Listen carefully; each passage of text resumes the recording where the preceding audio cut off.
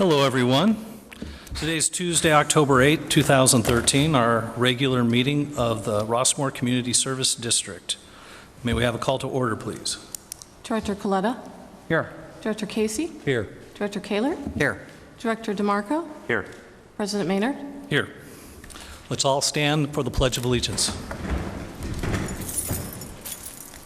I pledge allegiance to the flag of the United States of America and to the republic for which it stands, one nation, under God, indivisible, with liberty and justice for all.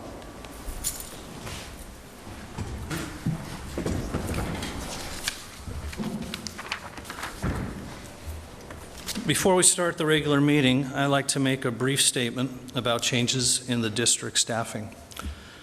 In late August, our former general manager announced her resignation. The board met and accepted the resignation and appointed Mr. Henry Tabaoda as interim general manager with direction to commence the recruitment process for a new general manager. Due to previous commitments, Mr. Tabaoda was unavailable for preparation of the district's September board meeting, and he was unable to be present. So accordingly, as board president, I canceled the September meeting. There was no pressing business for the meeting, and most matters that would have been discussed then have been carried out tonight.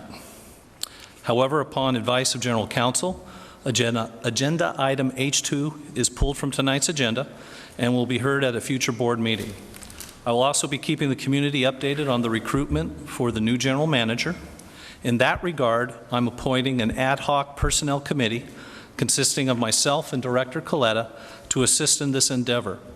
We have a good number of qualified applicants at this time and expect to receive more.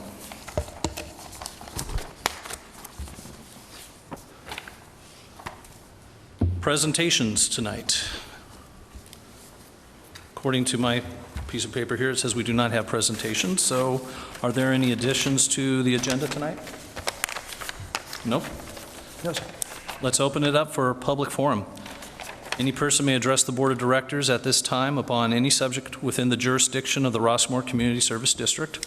However, any matter that requires action may be referred to staff at the discretion of the board for a report and action at a subsequent board meeting. Please come forward and state your name. Lisa Lee. I'm the Community Relations Director at the Youth Center. And I'm here today to thank everyone at Rossmoor Community Services District for their ongoing support of our summer camp program. This summer marked the 24-year anniversary of the successful partnership between the Youth Center and RCSD. I want to share some very exciting news with all of you. This year, we were able to provide a record number of scholarships, in total 38, to children from families who would otherwise not be able to afford to attend our summer camp. Your support and the generosity of the community makes this impressive number possible. Thank you. The Youth Center is proud to serve over 3,000 families each and every year. Because of collaborative partners like RCSD, we're able to offer valuable programs for kids in our community. Our programs include the only music education program available to elementary school students locally. Again, thank you for helping to support this service. As always, we look forward to offering the only free after-school drop-in program to children in the area. As in the past, we anticipate having more than 300 children take advantage of that program this very year. And finally, I want to thank you again for the countless smiles that you brought to the faces of our children this summer, and for being a part of something positive. Thank you. Thank you. Thank you. Thank you.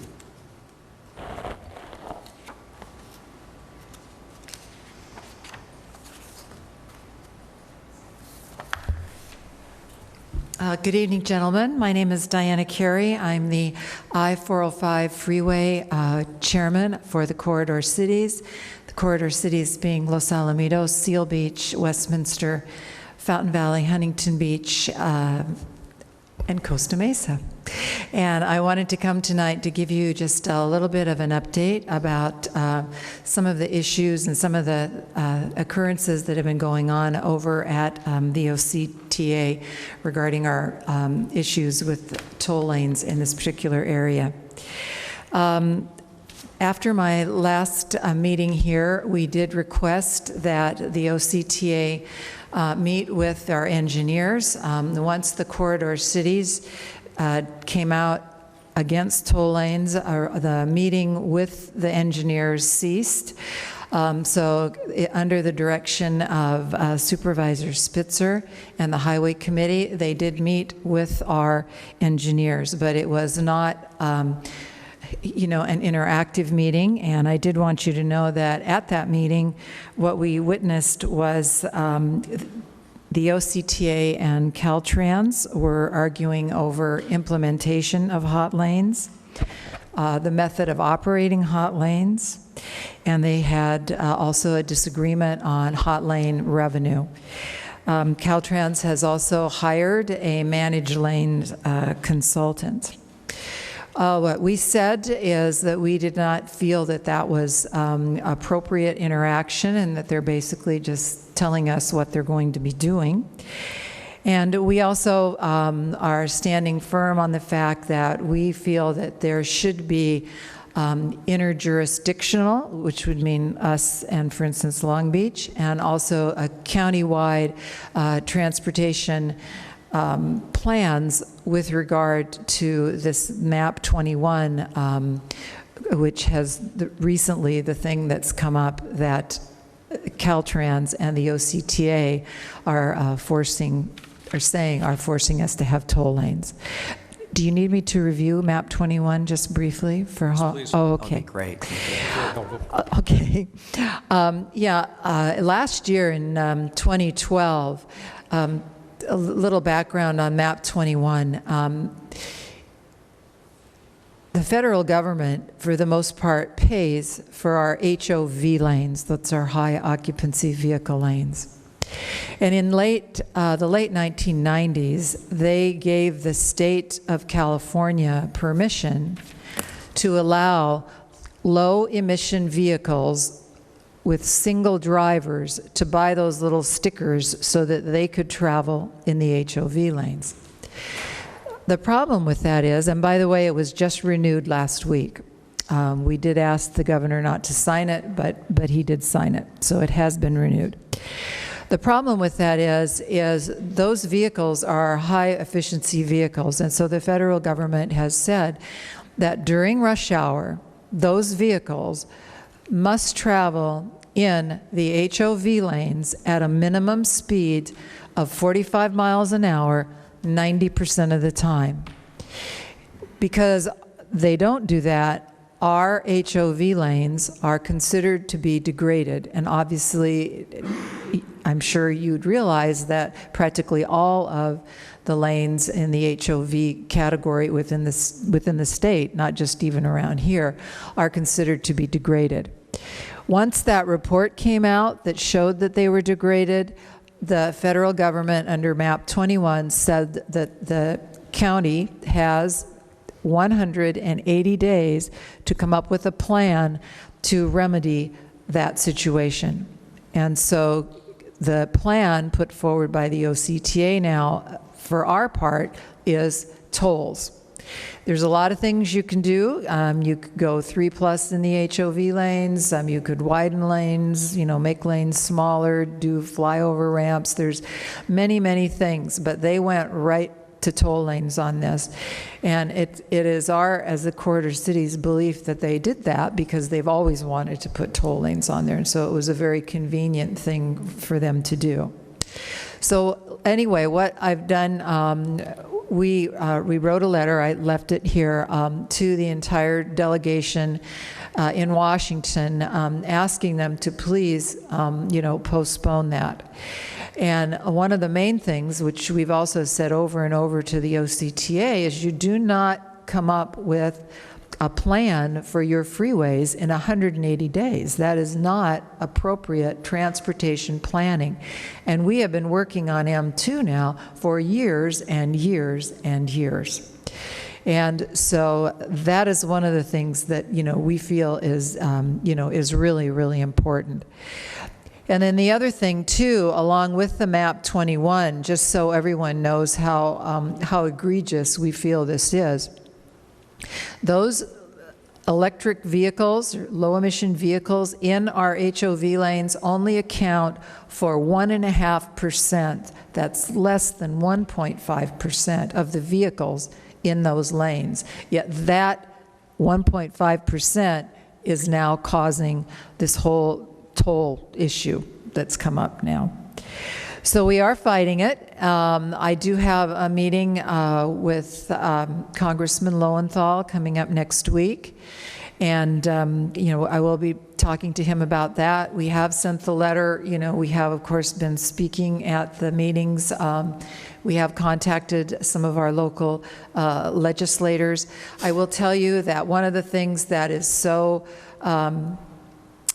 it's depressing, and I've met with directors personally, and everyone is very concerned, and they're afraid because Caltrans is saying to the OCTA, and I believe they're saying it with their blessing, is that if the OCTA doesn't build the toll lane, Caltrans will build the toll lane and keep the money. And so everybody is just, running around with their hair on fire over that particular statement. I don't happen to believe that's true in looking at, everything legally.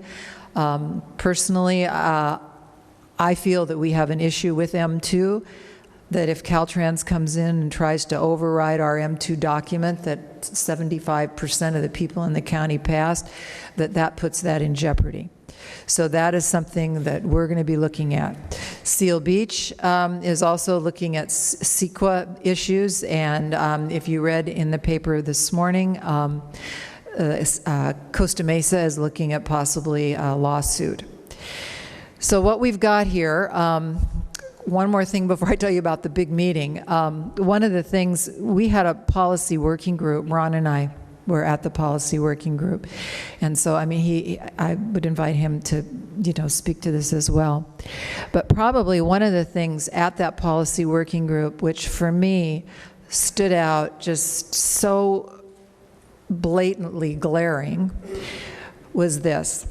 I asked Ryan Chamberlain of Caltrans point blank, I said, Ryan, are you going to make the MTA, which is Los Angeles County, put a toll lane from the 605 to LAX, because they want to do that? I said, are you going to make them do that?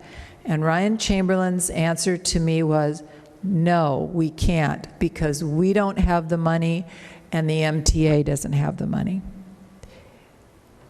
So if you think about that for a nanosecond, they are doing it out here, but they can't do it up there. So that tells you, to me, that was just a glaring sign that they are building this on the back end of M2 infrastructure and our M2 monies. And so that is just very, very disturbing. I've talked with Supervisor Spitzer, and I've also talked with Supervisor Morlock. And I want you to know, and we need your people here, we are going to have one last community meeting. It's going to be at Westminster at our East-West room. It fronts right on Westminster Boulevard. It's 8200 Westminster Boulevard. It's quite large. It will be on October 29th at 6:30 in the evening, and we really need the community to come out to that particular meeting, because we've got to continue to voice our opposition to tolls. I've been on the Ken and John show. I've been on with Mike Tilden. We're trying to get the word out all over the place, but really, we really need everybody to come to that meeting. So, and that brings my talk to an end. So do you have any questions, Michael? Yes, I have a quick question. Sure. You said the governor did the renewal. How long is that renewal for map 21? No, he did a renewal on AB 266. Okay. That was allowing the low emission vehicles of Stickers. single drivers to be able to use those lanes. I think it goes to 2019, something like Goes that. that long to 2019? Yeah, I think it does, but I'm not, you know what, I didn't bring that with me. I wrote back an editorial to the Register, but they didn't publish it. But it is on my website. If anybody wants to know more about this or see my comments last time, I have a Facebook page, and it's Diana Lee Carey, Councilwoman, on Facebook, and you can hear all the comments, and you can read the text of what I had to say and everything, but it is there. But yeah, he did renew that. We knew that was an uphill fight because the auto dealers wanted that to be renewed, and most people were not thinking about the consequences. Very few people know about the MAP 21, which is the federal part that means, those little cars have to go 45 miles an hour, or they don't work efficiently. So right now we're trying to work it through the federal government to see if they can possibly postpone that. But regardless, trying to come up with a transportation plan in 180 days, and we have now less than 100, is really just craziness. Ron? Yeah, because I believe they call that this new MAP 21 compliance, they call that Concept A, I believe, which consists of a general purpose lane, HOV lane, and then a hot lane. And I think everybody's aware already, even with Alternative 1, just to reiterate this, traffic is going to congest at the county line probably, maybe fairly horribly, if you add all those additional lanes. And they say, OCTA and Caltrans, they will address our issues. And that's our hugest issue, and I see no way in the world that they can address that when there's not going to be any additional lanes in Long Beach. Yeah, this is old stuff, but... Yeah, the corridor cities, we ask, we're south, we're concerned about the Fairview Bridge, and up here, we have been talking about the county line ad nauseum for years, and one of the comments we get back is, oh, they'll go up the 605, but we haven't seen anything like that, and so we ask over and over again if they would please redress that. Now, what you're talking about is an option that's out there. It's not MAP 21.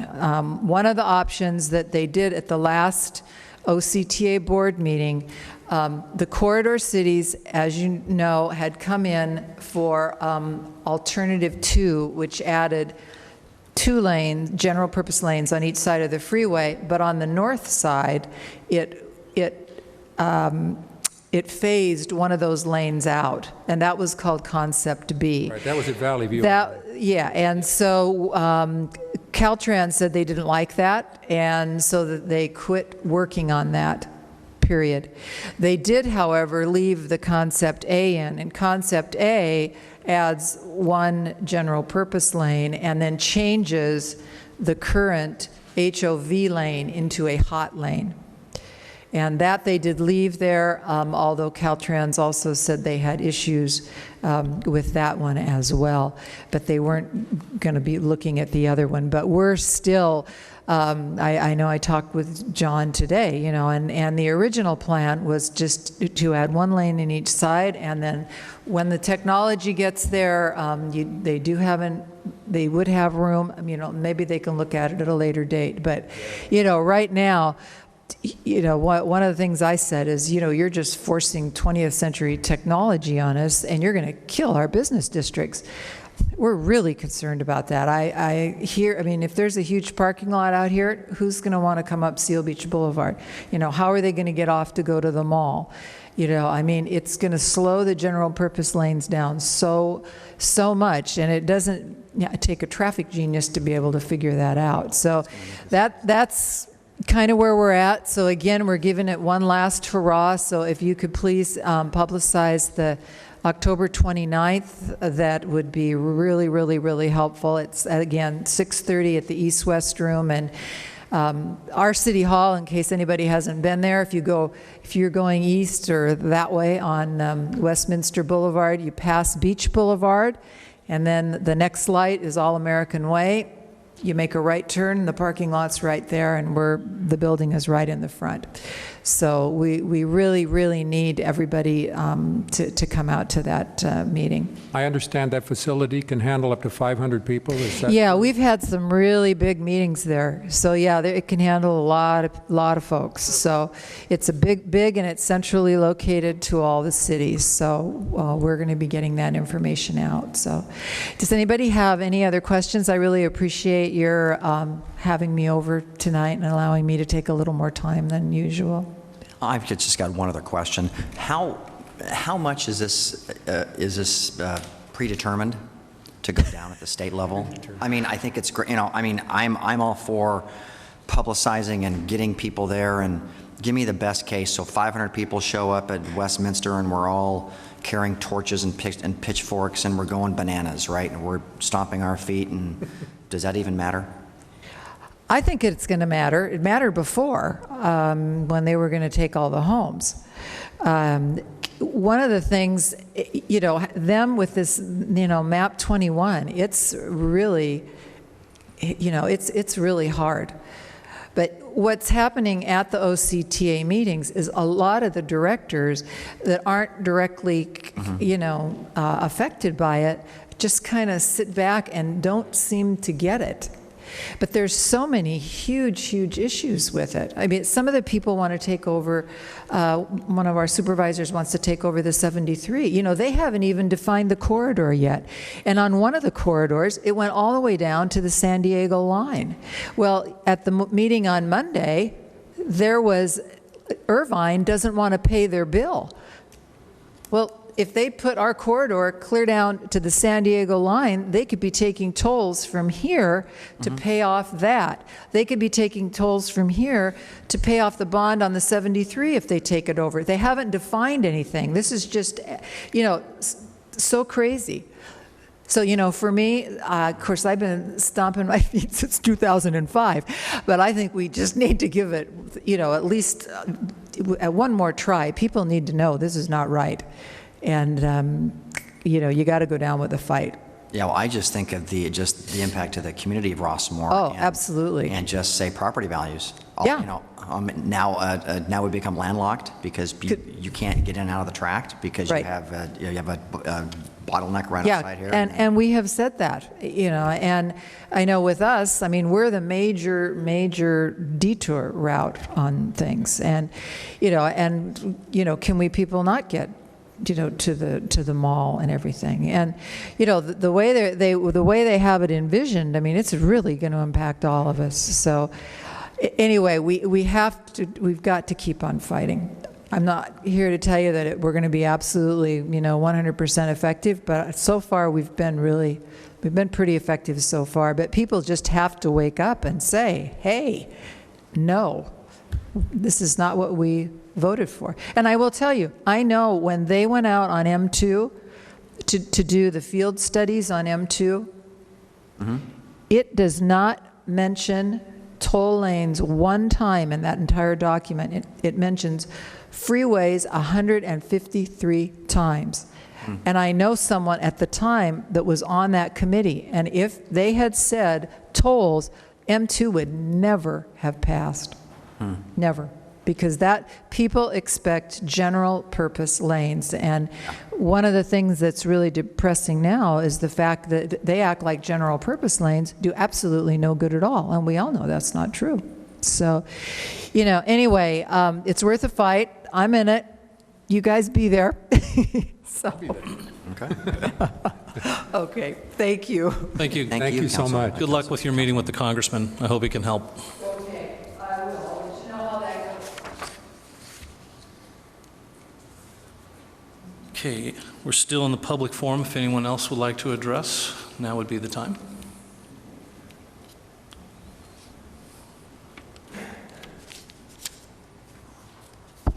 Dave Burgess, Rossmoor resident, subject to the Russ Park Pond.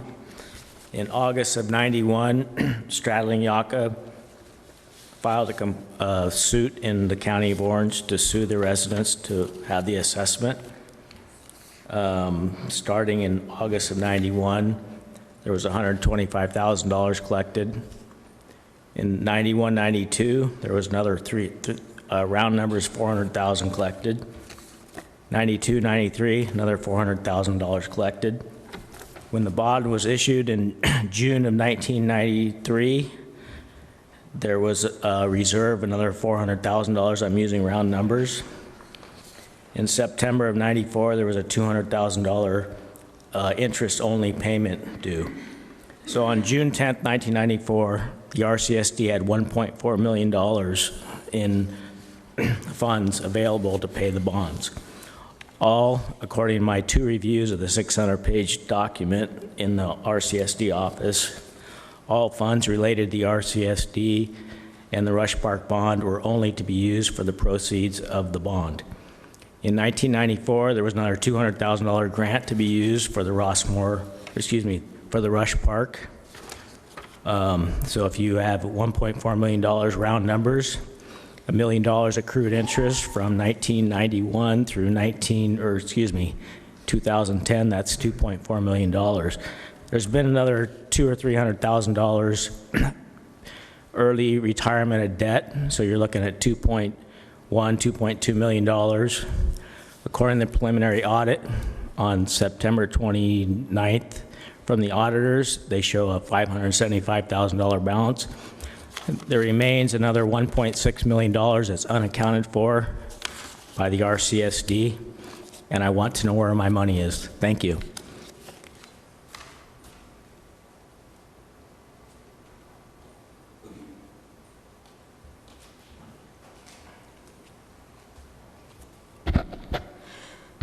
Good evening. I'm Cheryl Williamson. I've been a resident of Rossmoor for 12 years.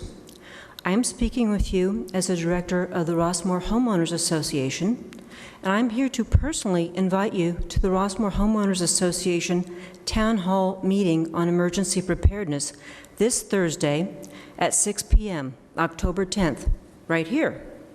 Before you say, oh, I'm prepared, I'm fine, I really don't need to come, please consider that professional emergency responders cite that only 1% of the general populace is truly prepared for a disaster or major emergency. Does that mean the person next to you is not prepared? Does that mean your next door neighbor is not prepared? Please, come to the event. Have your neighbor come. We have 6 professional agencies talking about our local threats and hazards right here in Rossmoor. This is a custom event for us. We have $150 in drawings for professionally prepared emergency preparedness kits being given away to attendees that night. Come.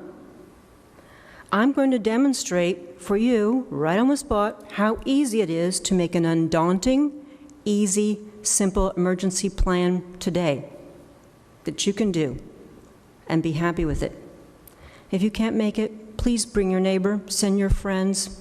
It's open to adjacent communities. We're all in this together if something happens. October 10th, this Thursday, 6 p.m., the lobby opens. We look forward to seeing you there. Thank you. Thank you.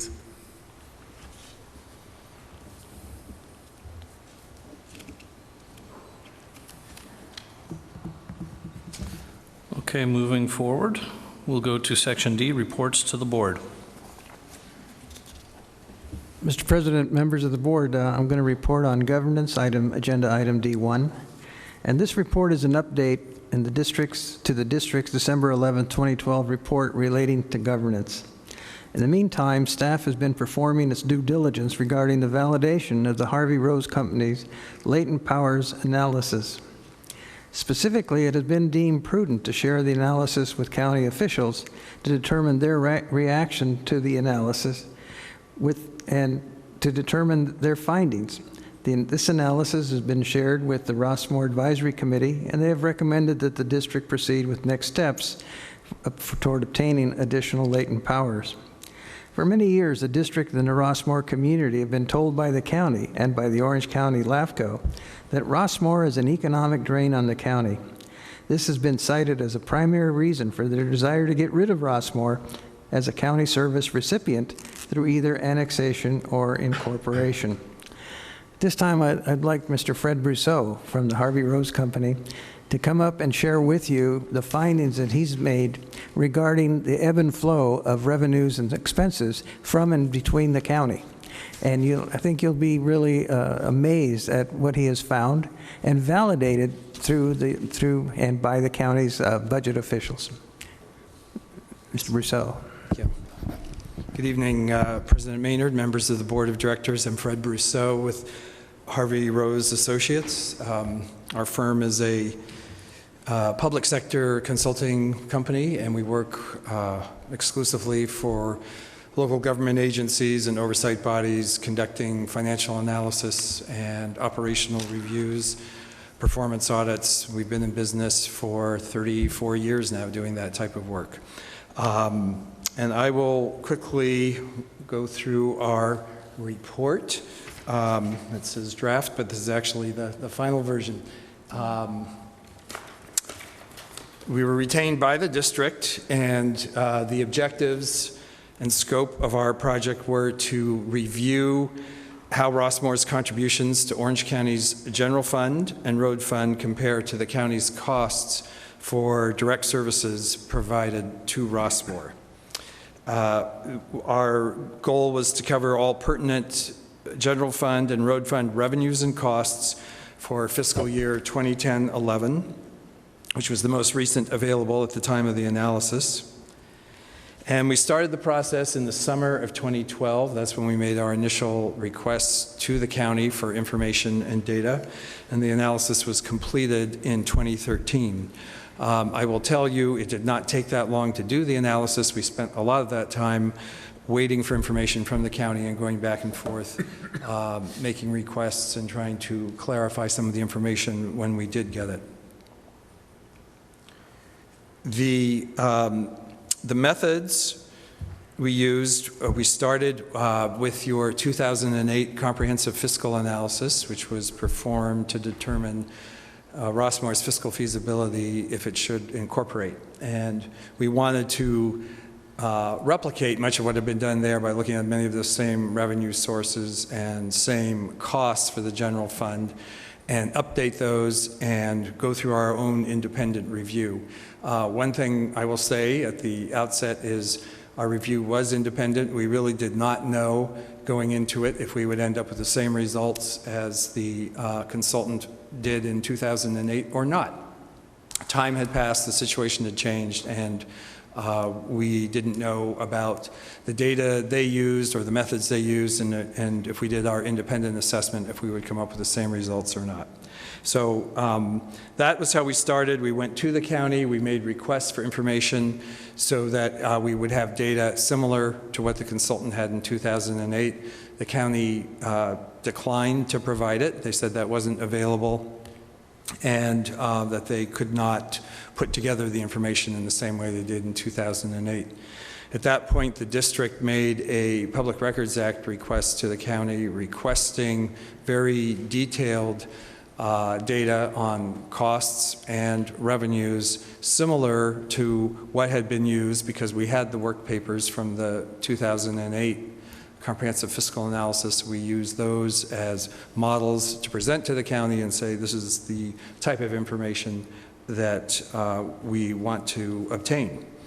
The county ultimately did provide some records, and when I mentioned that we had a long elapsed time on the project, that was a lot of it just waiting for the response from the county, but they did ultimately provide some. It was provided in the form of records that were already available, so the county did not do any additional analysis to try to allocate their costs, taking, for example, a department's costs and saying this is how much we would attribute to Rossmoor based on our records and information about services provided. That's what they did in 2008 to assist the consultant in the comprehensive fiscal analysis. They did not do that for our purposes. They simply found records when they were available and provided them. In some cases, they did not have records pertinent to what we were asking for. In other cases, they had things that were useful, and we used them. But the county also did not provide any sort of work papers or explanations. Again, they followed the letter of the law in terms of responding to a Public Records Act request, which was to see if a record was available that was responsive to our question, and then hand it over to us. So as a consequence, we used other reliable data, as stated on the slide, including the county's comprehensive annual fiscal report, which is financial report, which is available on their website, the county budget documents. We went to some state documents produced by the state controller also, where they track some of the costs and revenues for counties. We then compiled our analysis looking at those general fund revenues that the county contributes to, and the county expenses that are attributable to the Rossmoor community. And when we finished our report, we provided it to your general manager, and he reviewed it, and then we provided it to the county, though we had not had a lot of communication with them during the process, but we asked that they review it. The budget director reviewed it, and it was sent to the auditor controller's office, and the head of their property tax division reviewed it. We received comments from both of them. We met with the budget director, and we had written comments from the auditor controller's office. So they had gone through our report, essentially agreed. There were some modifications based on the comments they provided, but it did not, by and large, change the substantive results. So on to the numbers, and this is the kind of the high-level summary on the general fund and road fund. What we found for revenues that we could attribute to Rossmoor going into the county's general fund in fiscal year 2010-11 was a little over $3 million. That, again, is from the property owners, the residents here, and so forth. And I'll explain a little more about that in a minute. On the expenditure side, with the records that the county provided for direct services, there was a little over $2 million in costs. So that leaves a net general fund revenue from Rossmoor to the county of a little over $1 million. And when we say direct services, just to be clear about that, that means things, and it's primarily the law enforcement services that you receive from the Sheriff's Department, but it also includes animal control services, building and planning services, where residents here have to get a permit from the county or authorization to proceed with some sort of construction project. Those are considered direct services. Other county costs, like the assessor's office, the board of supervisors, things like that, are not included in those costs. On the road fund, the revenue that was attributable to Rossmoor was $172,816. The county documents provided showed expenditures in Rossmoor in fiscal year 2010-11 of $156,892, leaving a slight positive net fund revenue of $15,294. So putting those two together, the net revenue that Rossmoor contributes to the county is a little over $1 million. I won't go through every single line item on here, but just wanted you to see the snapshot of the revenue sources. And these are, we went through each one and conducted the analysis either based on the documents and data provided by the county or using our own methods if the county had not provided any records that we could use. The largest piece, not surprisingly, is the property tax, and that was based on pretty detailed analysis of the properties here, their assessed valuation, and then the tax increment factor, or the formula used by the county to allocate money to Orange County, but also to the other tax entities, which includes school districts, special districts. It includes cities throughout the county. In your case, there's no city, but the money that you contribute goes out to all these different entities. And this is the amount that that we could trace back to the general fund, the $864,564 plus $5,000 for unsecured property. The next biggest one is the property tax in lieu of motor vehicle fees. That goes back to state funding formula from 2004, where some of your property tax revenues were swapped for, some of your motor vehicle fees were taken away and replaced by general fund contributions from property tax. So that is, with that formula, what you end up with contributing from Rossmoor to the county's general fund is the one on the bottom there, $770,315. And I'd be happy to walk through any of the others with you, but you can see the different pieces, and these are all the components of the general fund from which Rossmoor makes a contribution, as do all members of the county and residents of the county. The direct services, again, as I had previously mentioned, were a little over $2 million, and here's the detail on those. Again, the biggest piece is law enforcement services, $1.7 million. I will say on that one that the Sheriff's Department did provide pretty detailed work papers, unlike the other cost components here. They scheduled out how much of a deputy's time is spent in the community, what the costs of that are, what the overtime costs are, benefits, et cetera. And then what they call overhead, to pay for a portion of a time of a sergeant, a lieutenant, the supervisory staff, the administrative support staff. So that was a very detailed schedule, the type of thing we hope to get for all the different departments that provide direct services to the county, but only the sheriff had that level of detail. And as for planning and building and safety, we were surprised by those numbers. They're quite low, particularly compared to what appeared in your 2008 comprehensive fiscal analysis, where the amounts have been much higher. And we did go back to the county. We wanted to confirm the numbers. They based those on fees that they received from residents of Rossmoor for either building permits or land entitlements through the planning department.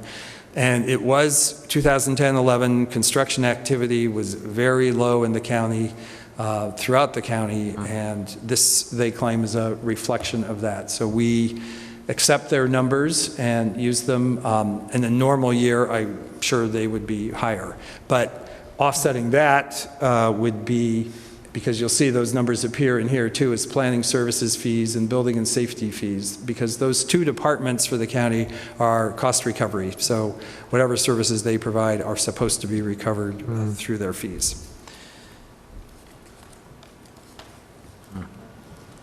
And here's the detail on the State Road Fund and the costs related to it. The county reported one contract that they had let for work done in Rossmoor during fiscal year 2010-11.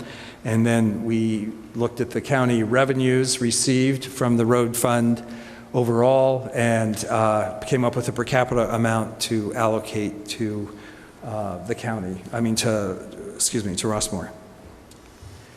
And this is just a snapshot so you can see about our analysis and what we got from the county, what we didn't get, so where we were able to use data and information provided under the heading there, county revenues estimated based on county provided data, and county expenditures for direct services to Rossmoor based on county provided data. And then in the bottom boxes, the county revenues that we had to estimate independently because the county didn't provide the records or data that we requested are in the lower box there. And for expenditures, that wasn't necessary. We had enough information from them to come up with our numbers. So that is the summary of the analysis, and I'd be happy to respond to any questions. Mr. President, members of the board, let me see if I can capsulize why this is important. Please. The 2008 CFA, or the fiscal analysis that was created by LAFCO for the incorporation purpose, indicated a drain to the county from Rossmoor of about $600,000. Several years later, Supervisor Morlock commissioned LAFCO to do a 3 jurisdictional study, what he called Super City. And in that analysis, the number shrank from 600,000 to what they said was a drain of 124,000. No explanation, no methodology. What's changed? Simply, perhaps the numbers were used differently for different purposes, but still indicating that Rossmoor was a drain. So when Mr. Brousseau's analysis came to us, it was astounding to me that such a dramatic shift from being a drain to a donor of about $1.3 million just was overwhelming. That's why we went directly to the county and their officials to validate these numbers, because we were certain that they were going to take issue with them and they were going to fight us tooth and nail and say we were wrong. In fact, what they submitted back to us were minor changes, which reduced that number of almost $1.3 million to just a little bit over $1 million, which is still a dramatic shift from the previous figures that had been provided to us. Now, the question will usually be asked, well, does that mean we can use that money? Of course not. That money is just simply a transactional amount between the county and its services to the entire county area. But it does indicate quite dramatically that the reasons that have been cited for getting rid of Rossmoor just don't add up. And so when we approach the county for their blessing, basically to move ahead with an examination of latent powers as something that is of benefit to both the county and to Rossmoor, I think it gives us a platform that we can build on as a point of credibility that Rossmoor has both the financial and the management wherewithal to take on additional services without any additional taxes from our residents. And in a previous poll which was conducted, residents were asked about what did they think about latent powers. Almost 70% of the residents said that they favored Rossmoor, or the district, taking on those additional powers if it did not result in additional taxes to the taxpayers. So what this report does, now that we have aired it publicly, and with our purpose today is to air it with the community, and to basically get some response and reaction from the community about this new revelation. Because for the longest time, we've been accused of just being a deadbeat community. And actually, the reverse is true. So hopefully we can use this information to build upon as we make our case to the county and then to LAFCO, that the cause of, that our purpose in bringing forth an application for latent powers is based on sound financial information, and that it has benefit to both Rossmoor and the community. Mr. President, that's my remarks. Thank you. At this point, I'd like to open it up to any questions that the audience has of Harvey Rose and Associates here. If there's anybody who wants, please come on up. State your name. Yeah. Mark Niddickman, First Vice President of the Rossmoor Homeowners Association, a member of RAC. And at the meeting, I had asked some questions about methodology. Where's he standing? Oh, there you are. I had some questions about methodology, and it wasn't clear to me from the brief report. Two questions. On the county side, you said, on the expenditure side, you said basically they provided you the information. I assume you just cross-checked it. Could you tell whether they basically built it from the ground up, from the individual up, or used precincts, or what their methodology was? And then of equal or more importance, on the revenue side, I can think of a couple ways you could have done that, but how did you figure out, for example, what our in lieu property tax is easy, and sales tax, I assume you just used whatever was generated from Rossmoor, which is not really a measure of what Rossmoor residents are spending, but rather what people are spending in Rossmoor, which is probably understates the real revenues being generated by Rossmoor residents, because they're not buying cars in Rossmoor, and they're probably mostly not buying gasoline. They're going to Target to shop, or to Rossmoor Center to shop. So the question is, what was the methodology for the revenues, and do you have any views as to whether that's understated, overstated, et cetera? Okay, thanks. And we did produce a written report in addition to this, which I assume is available, which goes into some of the details as well. I'm sorry? It's on our website. It's on the website, okay. So there's an explanation if I don't go through the detail. But just quickly, on the expense side, in terms of your question, again, there was varying levels of detail. No, the county did not build a model for us. The county only provided records of available numbers.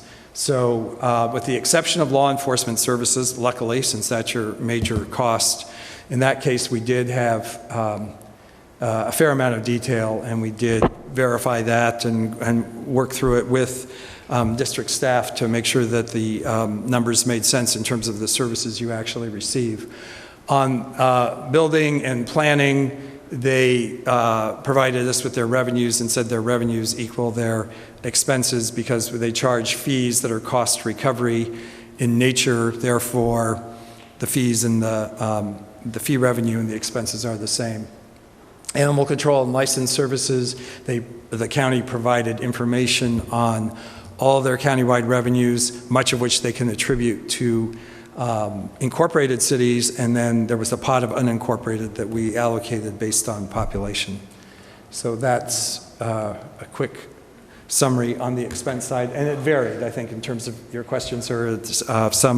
We had more detail from some than others, but we had to go through and verify what we did have. On the revenues, the methods vary on each one. Probably reading the written report will give you the level of detail you'd like, but what I can say in terms of your the property tax, yes, with the right records, you can definitely recreate that because we know the assessed valuation of your properties. All of that is on record, and we obtain the allocation formulas. So we sort of recreated what the assessor and tax collectors do every year to determine how much the county receives.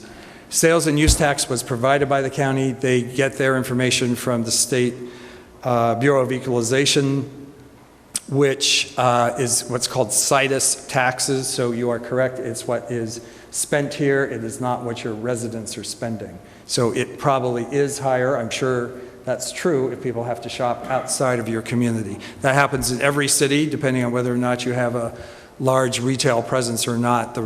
The expenditures by the individuals may be different than what's generated in the city structure, but the data on what everybody spends is not readily available. What is available is what sales tax is collected by retail establishments. And in many cases, we used, well, the formulas vary for each one. In some cases, we used per capita distribution because we could get that information. We knew how much the county was collecting in total. We know everybody contributes to it at some level. As an example, the fines and forfeitures and court penalties, that is money that the county collects based on, for example, parking citations being issued if they're issued by by any agency. There are also property tax penalties. If you pay your property tax late, the county collects some fees on that. So we allocated numbers like that on a per capita basis, assuming everyone in the county contributes at some level. And statistically, you're going to give your share in Rossmoor in the same way that other communities do and all residents do. So where it made sense to do that, we used a formula along those lines. And some, as I mentioned earlier, came from the county themselves. Building and safety, planning services, animal license and control are actual collections that the departments could attribute to residents here based on their records from their revenue collected.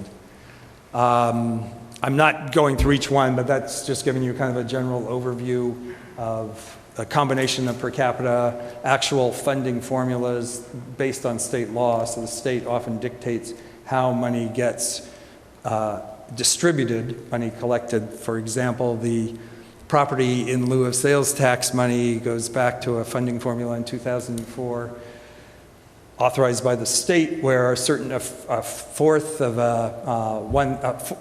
25% of the 1 cent that would come back to a city was taken away and property tax were given in lieu of that. It was one of those, what they call the triple flip formula by the state when they were trying to bail out of their own fiscal crisis. So we could recreate that with a formula based on your sales tax revenue and the portion that has been replaced by this property in lieu tax.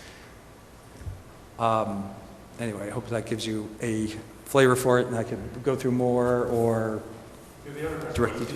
Did you audit, and I'm using that. Mark, would you come to the... Sorry.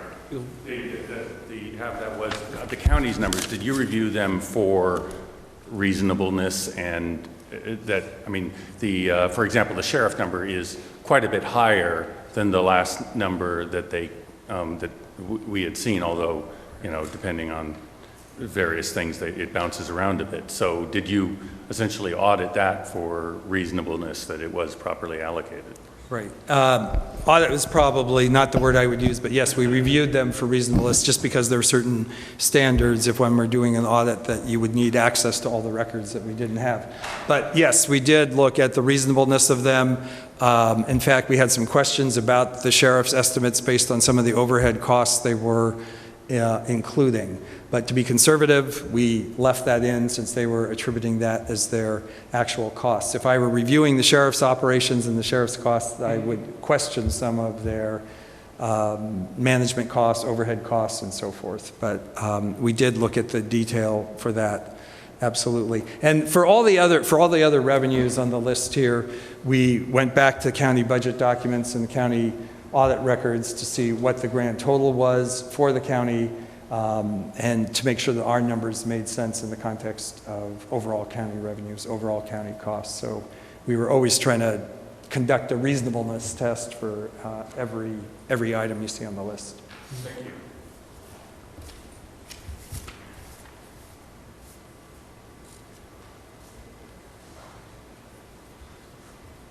Erwin Annisman, Rossmoor resident. Since I was somewhat involved in the CFA a few years back, I'm very curious as to what the major discrepancies were from that report to your report, because it seems like if we had this kind of a number, a net number like that, when that election for incorporation, there would not have been any need to have a utility tax, which is one of the things I think that bombed the corporation. So I'm just kind of curious if you looked at that. Yes, that's a great question. And yes, I looked at it. I spent a lot of time, in fact, looking at the comprehensive fiscal analysis. And a few points on that. I've lined up our revenues side by side, not on these slides, but I have looked at them. And the general fund revenues aren't that different. We have a few areas of difference, but for the specific items on here in the CFA versus the numbers we came up with, actually your property tax went down in 2010, reflecting changes in market conditions that took place after 2008, and the CFA was done in 2008. So there were differences like that that could be explained. Where I saw the biggest differences, though, is on the expense side. So the consultant for the CFA had to make certain assumptions about what your costs were going to be, and there were tremendous increases in costs for administrative expenses, for example. So if you look at what Rossmoor was currently spending on its administrative costs, they were going to increase in the neighborhood of $720,000 because there was suddenly going to be a finance department, and there was going to be more city attorney services and a city manager with staff. So they built a model like many cities have, and made certain assumptions about a level of staffing and expense that may be greater than what you actually needed. Certainly was greater than what was in place now. The other couple other things, they built in a contingency fee, and it was for fiscal year 2010-11 about $443,000. So right there's a new cost that I'm not sure what that was even for, what that would be used for. It wasn't detailed in the CFA, but it was assuming there would be some unexpected costs that could come up during the year. But it's a lot of money. And in fact, if I recall, I think the utility users tax was going to produce, it was either $600,000 or $800,000, somewhere in that neighborhood. So a big chunk of it is explained right there by an assumption of this $443,000 contingency. And then if you add on $700,000 in additional administrative expenses, that explains your utility users tax right there. If you didn't need those costs, that would go away. Another expense was a transfer to the road fund. That was in the CFA. That was about $280,000. And that was to entitle you to some of the Measure M turnback funding. In the CFA itself, it said the funding you would get was about half of that. So unless there were some details missing, it appeared that you would have to spend $280,000 to get somewhere around $100,000, which there may have been something missing in the document. I didn't have all the work papers, but that appeared to be a net expense. So those things alone, just those three pieces I've mentioned, more than explained the need for the utility users tax. And if other assumptions were used in those areas, you would have been closer to a break even without the utility users tax. There are other differences in assumptions and so forth, but overall, I think those are some of the major variances right there.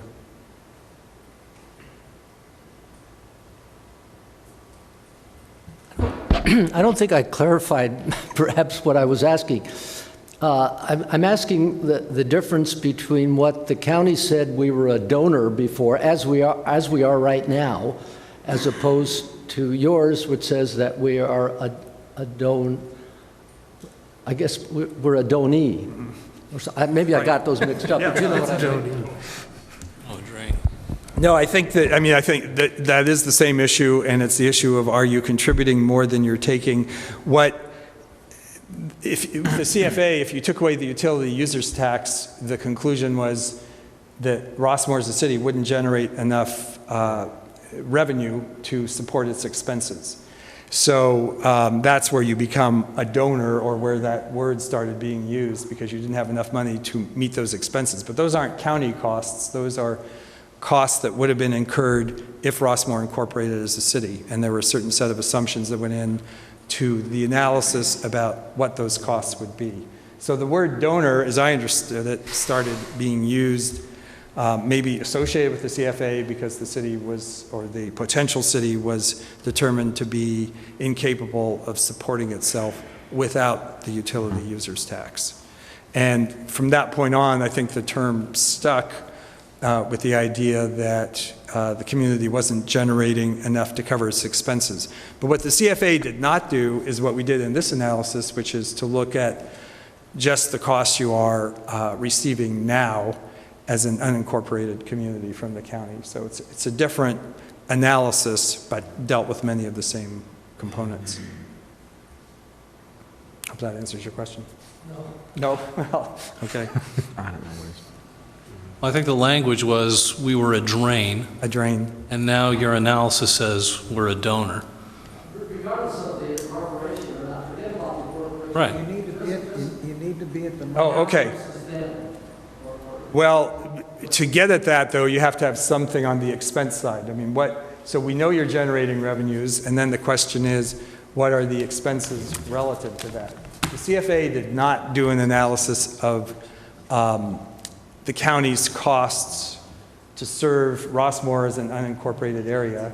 It was costs that Rossmoor would incur as an incorporated city, which meant some county costs moving to the city, but it also meant new costs that you don't have right now necessarily as an unincorporated community. So that's why that becomes important in response to your question. If you want to speak, you need to be at the microphones for you to be recorded. I do want to be I'm talking to Mr. Annisman over there. I'm turning my head around too, so I'll stand this way. You have a different... Fred, while he's coming up... I can repeat the... No, okay, go ahead. You can say that. So the discrepancies or the differences were due to the estimate of the county costs to Rossmoor, and you found them different or less, apparently. Is that correct? Right, and specifically, those costs were bundled with the costs that Rossmoor would incur as an incorporated city. That was the purpose of the CFA.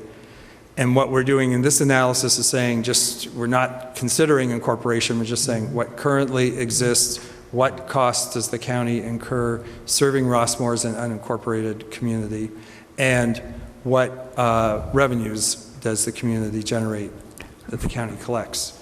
So that's a difference, but there's many of the same pieces, and the donor piece wasn't about county costs. That started with an analysis of incorporation. But Fred, wasn't there also, in that analysis, a make the county whole number of about 500,000 that they wanted the new city to pay back to the county to make them whole? I think that's and correct. And that influences, I think, this analysis to some degree. Right, and if I understand your question correctly, also there was part of incorporation involves this revenue neutrality. Revenue neutrality, correct. Requirement, so you get into a different set of laws and regulations, and that payment was to pay the county back for costs that they would be transferring to you and keeping the county whole.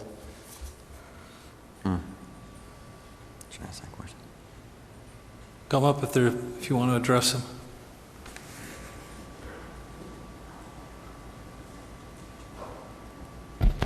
Dave Burgess, Rossmoor resident. I don't know if we can confirm the $865,000 number, but if you even multiply it by a couple percent a year, it's 900 grand current year dollars. And I think we're collecting about 700 grand in property taxes. So there might be a couple $100,000 that we could look at. While our numbers stop in 2010-11, the point is well taken. As time proceeds, those numbers are going up now that the real estate market is better than it was for the years prior to that. But yes, that would be certainly a higher number now, as would others, and other changes would occur. This is a snapshot It's a in time. snapshot, right? Yeah, it's a balance. And we're 2.5, 3 years later, so. Correct.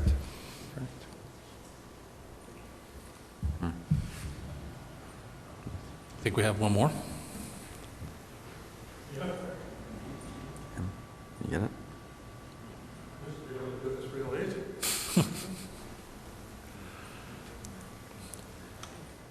My name is Jim Alexander, live at 3262 Tiger Tail Drive, and I've sat up there for a while too. Seems like everybody has that's been here. A lot of these things that we've talked about, and going back, I can remember things in the early days, somewhere around mid-'80s. We had the good fortune to have all the streets redone. And I went to a meeting for the Homeowners Association, and they were bringing in new people, and we had our supervisor visit. I'm not going to put names out.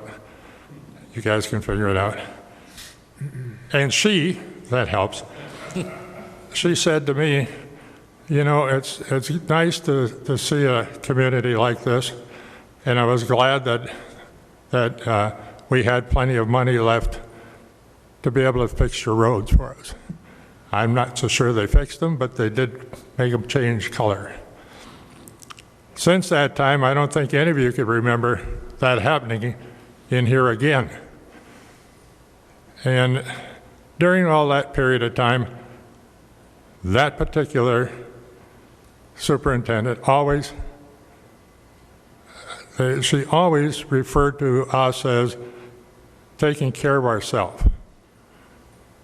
Now, nobody was arguing about the point of how much money and what was going on. Her replacement followed the same thing. And during all this time, we started a meeting between selected people here in the community and the supervisor, and whoever the supervisor brought to the meeting. Generally asked for by our general manager that we needed to talk to the sheriff, which obviously went down to the captain from the North Division, and all the other different people, Public Works. And that supervisor would make sure they came here. And I think that he or she was always looking at the money that was going out to take care of us. And we assumed that the money we were putting in was adequate to do what she was doing. Now, we have a situation where new man riding the horse, and he has all the money in the pockets, and we have a problem that he would rather not share our money with us, and we don't seem to have any recourse. We go way back to when we were having a hard time with the animal control, very seldom responding to people who called. We're too damn far away from you. I went over there and I made an approach to them to see, we already had our sister city of Seal Beach, Los Alamitos, Cypress. They had all contracted with them. We were not in a position to contract. So that was kind of a time where things looked like we do have to have these latent powers. When we first threw it out there, I stood up here and said, yes, I believe that we should do it. A lot of people have argued the point of, why do we want to have any control over our own police people that are here? There's a lot of little things that nobody looks at. A new guy comes over, and they switch quite often. First thing he learns is as he's headed towards an address that he ran into a flood control, and he has to get around it at midnight, and he doesn't know which way to go. Those are learning curves. If we were in a better position, we'd see to it that we'd help him get through that. Teach him right away how to do that. So there's little things that you just don't stop and say, well, here's the reason, here's the reason, here's the reason. The sheriffs that we have now are good participants. I had to have one over at my house one night, evening I should say, still a little light, and a person in back of me decided to shoot a gun up in the air. Thank God. I was about 10 feet away from him. I called. Sheriff was at my front door within 30 seconds. He says, where is he? He's in back. Go right through the house. He went through the house, went back, told the guy to give him the gun. The guy says, no. Went in his house. Sheriff went over the fence. Pretty good. I don't think I could have made it. And within the time that he got over the fence and in the door, there was 2 more black and whites out in front. They're on our side. They're with us. And we'd like to have them even closer. And I think for those two reasons alone, the animal control, what we get for the money that goes in there for that, paying for our license, the license price will go down if we use Long Beach. And those are important things. And I think that what's been tried and tried and tried, it's about time that they have to listen. The only argument that they possibly have is a bum argument. And it's time for us to tell them so. I mean, you don't have to be good to everybody. Thank you. Thank you.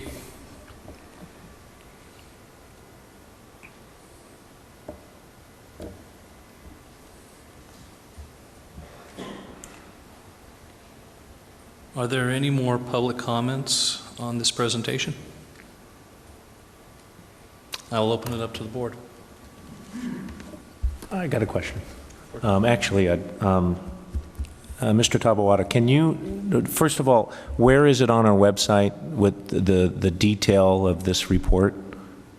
I was just trying to look at it, and if we could just clarify that during this meeting, if people want to look it up, exactly like what it's called, what the document's called. Well, actually, at this time, it is in the agenda packet, the Okay, so it's- 2013 agenda packet. I can extract that document and put it on there as a separate document, so it'll be easy for the Okay, public. I think that would be good.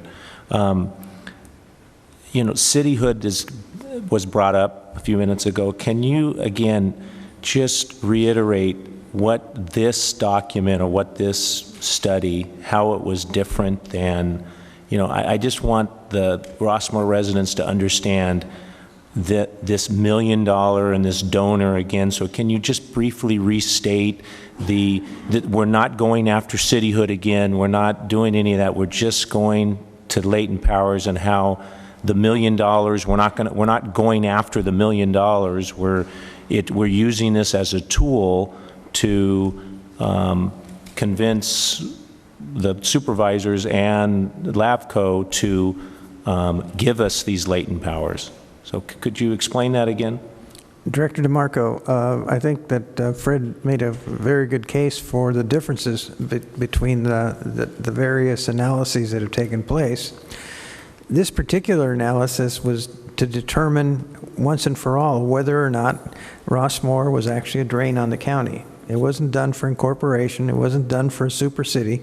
It was simply to prove once and for all that the argument that's been raised against anything other than incorporation or annexation for the community of Rossmoor did not hold water.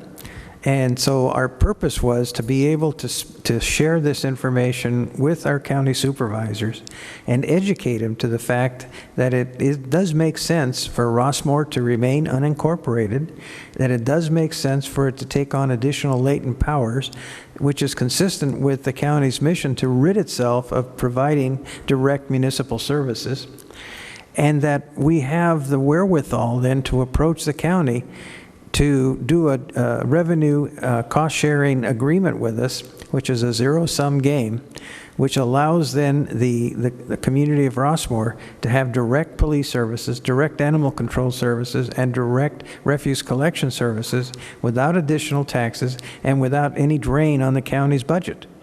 It's rather straightforward, and we only bring forth the $1 million number, not in any attempt to try to retain that or regain that amount, simply to tell the county that it makes good business sense for the district to remain as it is in an unincorporated community and to be able to provide direct services to its residents at no cost, additional cost to either the county or to the taxpayer.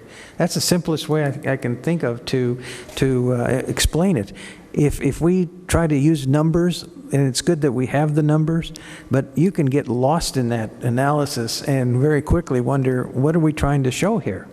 I think what it shows is that we have a report that has been validated by county officials that says it's accurate and reasonable, and that we can then go to the supervisors and say, look, if you will only allow us to move forward with you in some agreement that creates an exchange of monies, which allows us to contract directly with the service provider at no cost to the county, and then proceed to LAFCO and demonstrate to them that we have the financial wherewithal to provide those services directly to this community, I think we can make a good case that that if you get rid of the bias, if you get rid of the old notions about get rid of Rossmoor, that we can make a good case that we should move forward with this particular change in the way in which this community is governed.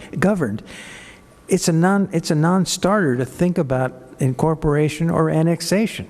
So what's left? The only thing that's left is latent powers, if this community is to have its control of its own destiny. I hope I answered your question. Thank you very much. Thank you.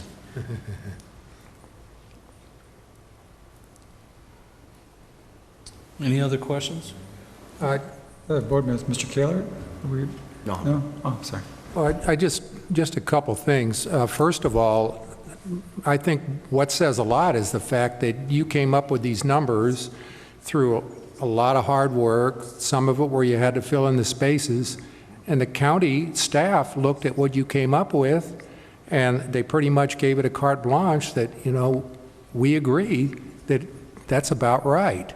So that sort of tells me that we may even be a bigger donor than what I think we are based on like the sales and use tax, et cetera. That's number one.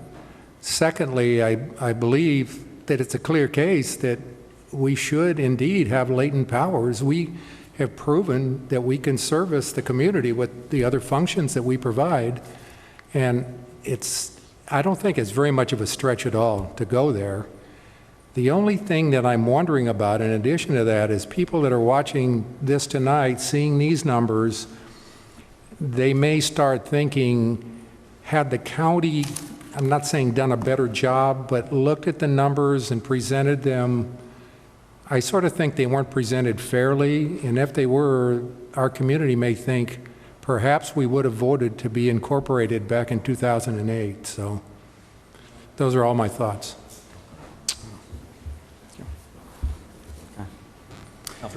Mr. Purcell, I wanted to affirm some things that you said, and if I'm to be corrected, then let's have you correct me. You mentioned two departments in the county budget director. I think you referenced the last name of Kim. Right, Mr. Frank Kim, yes. When did he actually receive the entirety of your analyses, all the foundational material, the briefings, and/or the data, which caused you to come to a conclusion regarding net revenues to the county versus actual general expenditures by the county for the benefit of Rossmoor? Let's see, we provided him with a draft version of the written report that's in your agenda packet, and that was mid-December 2012. I'm going to say right around December 15th or so. And we met with him a month later in mid-January 2013. So when you say we met with them, this was a face-to-face meeting? It was a face-to-face meeting. Your general manager was there. And yeah, we met with him for probably about an hour and a half in his office. So would it be fair to say that he had the materials for approximately 1 month prior to Correct. meeting with yourself? That's correct. And the general manager? That's correct. And his comments, did they substantially change the net revenue number we're looking at this evening, which is inured to the benefit of the County of Orange? They did not. In fact, I can give you one example where they increased the revenue a little bit when we got into some of the detail of it. There were some adjustments on the expenditure side too. But by and large, it was not a significant change. So when you say a significant change, are we talking $10,000, $50,000, $100,000? What is significant? Because we don't know what's in your head. Yeah, I'm doing this by memory, but maybe a couple $100,000 out of the $3 million we were looking at.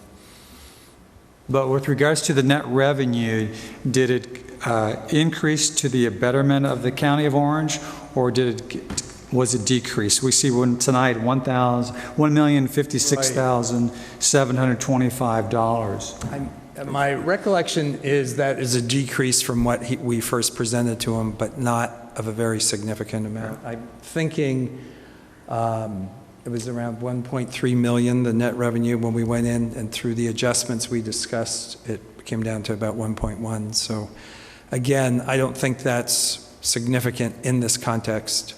Okay. And, you know, he made good points and we agreed. And now that person is the county budget director, is that correct? County budget director. Right.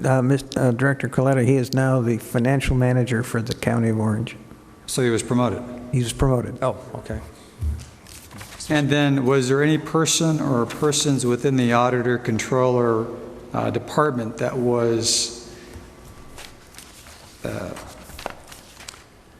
any way discussed in part or consulted with regards to your work, the product you generated, and your conclusions?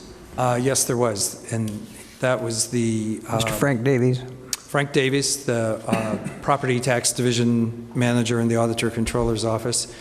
I think he got the report. I think we sent it to both of them around the same time. He was not available to meet, so that was mid-December. He wasn't available to meet in mid-January, but he did provide written comments that we received about mid-February. So I at least a 2-month well, I'll say at least a 1-month process, because he might not have got to it till close to mid-January, but he had the document for longer than that. Director Coletta, I did meet with him privately after that okay. and discuss this with him, and basically he said that our analysis was very reasonable, is the term that he used.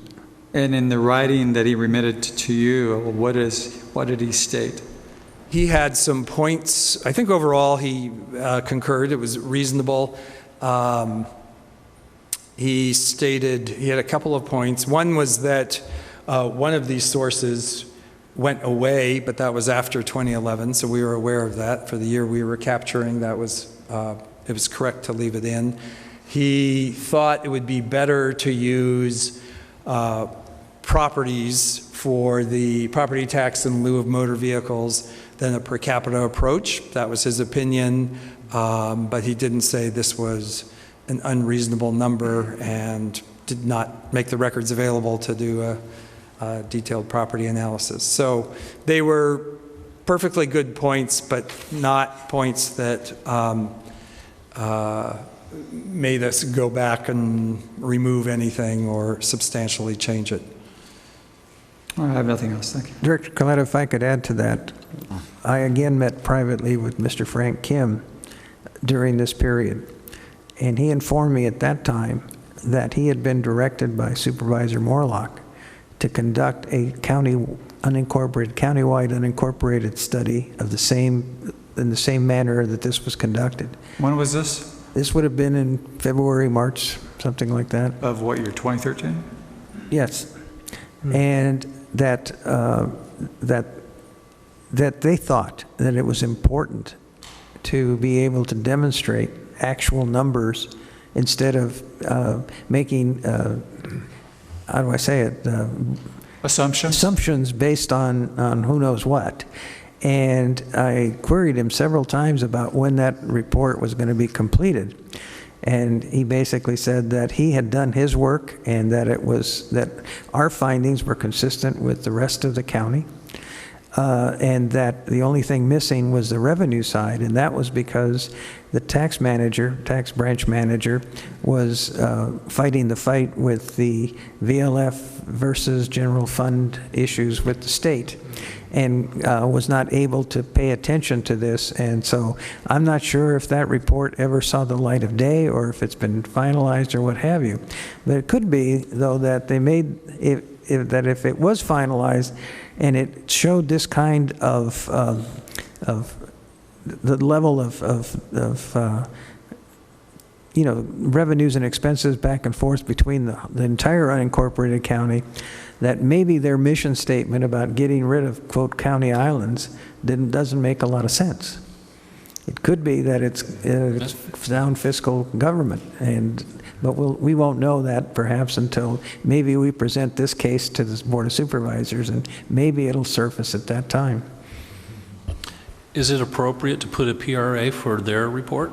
It's not completed, and it hasn't been submitted to the supervisor, as far as I know. If it hasn't seen the light of day, it's only a work paper for the. And as a work product, that would be inappropriate for a Public Records Act? There's no way to identify it as a document. But we do know that the analysis did take, that Mr. Kim did do the analysis for all of unincorporated Orange County on the expense side. Okay, with working in tandem with the county, is it appropriate to call this study a validated study, since we kind of have some kind of sign off by the county on this? I think that's. I just don't want to mischaracterize anything, but could we call this a validated study? I think you can. Obviously, it has not been officially sanctioned by any elected officials or the county CEO that we know of. But now Mr. Kim is right next at the right hand of the CEO, and so we can make assumptions that if it has been completed, that we can make statements that it's been validated. Okay. Any more questions, Shelley? I want to thank you. This was a lot of work, and I'm not surprised. I've often been very public that community service districts are the most cost-effective form of government, and this clearly shows. Personally, we have the resources needed to manage latent powers. I personally think that's a benefit to the community to have such latent powers. And what we're asking for is currently following the same net zero concept that we do with street sweeping. We currently already follow that path of the county reimbursing us for those expenses. So thank you very much for your time, and we look forward to working with you as we take the next steps in this process. Thank you very much. Thank you. Thank you. Thanks.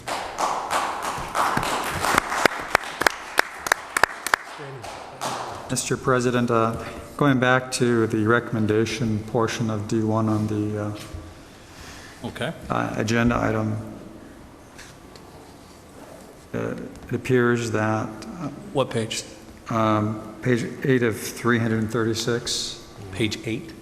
well, at least on my bait stamped Okay, let me, Yeah. page, is it page 8? Yeah. Okay, just a second, let me assuming get it's there. correct. Yes, it is. Just 1 second. Let me thumb through this. There we go. I'm with you now. Okay. Yeah, it states not only to receive the report and review the presentation, which appears that we've properly heard from the audience and the board. The second portion requests consideration of direction to the general manager on future governance initiatives for Rossmoor. So it seems that it's a two-part task here this evening. Okay. And as such, we haven't discussed this here amongst the board openly. We've all commented, or in some have, others have just listened. I assume those that haven't spoken agree with what has been said this evening. I would like to know what the thoughts of this board are with regards to giving this manager direction, if at all, with regards to governance in the future of Rossmoor.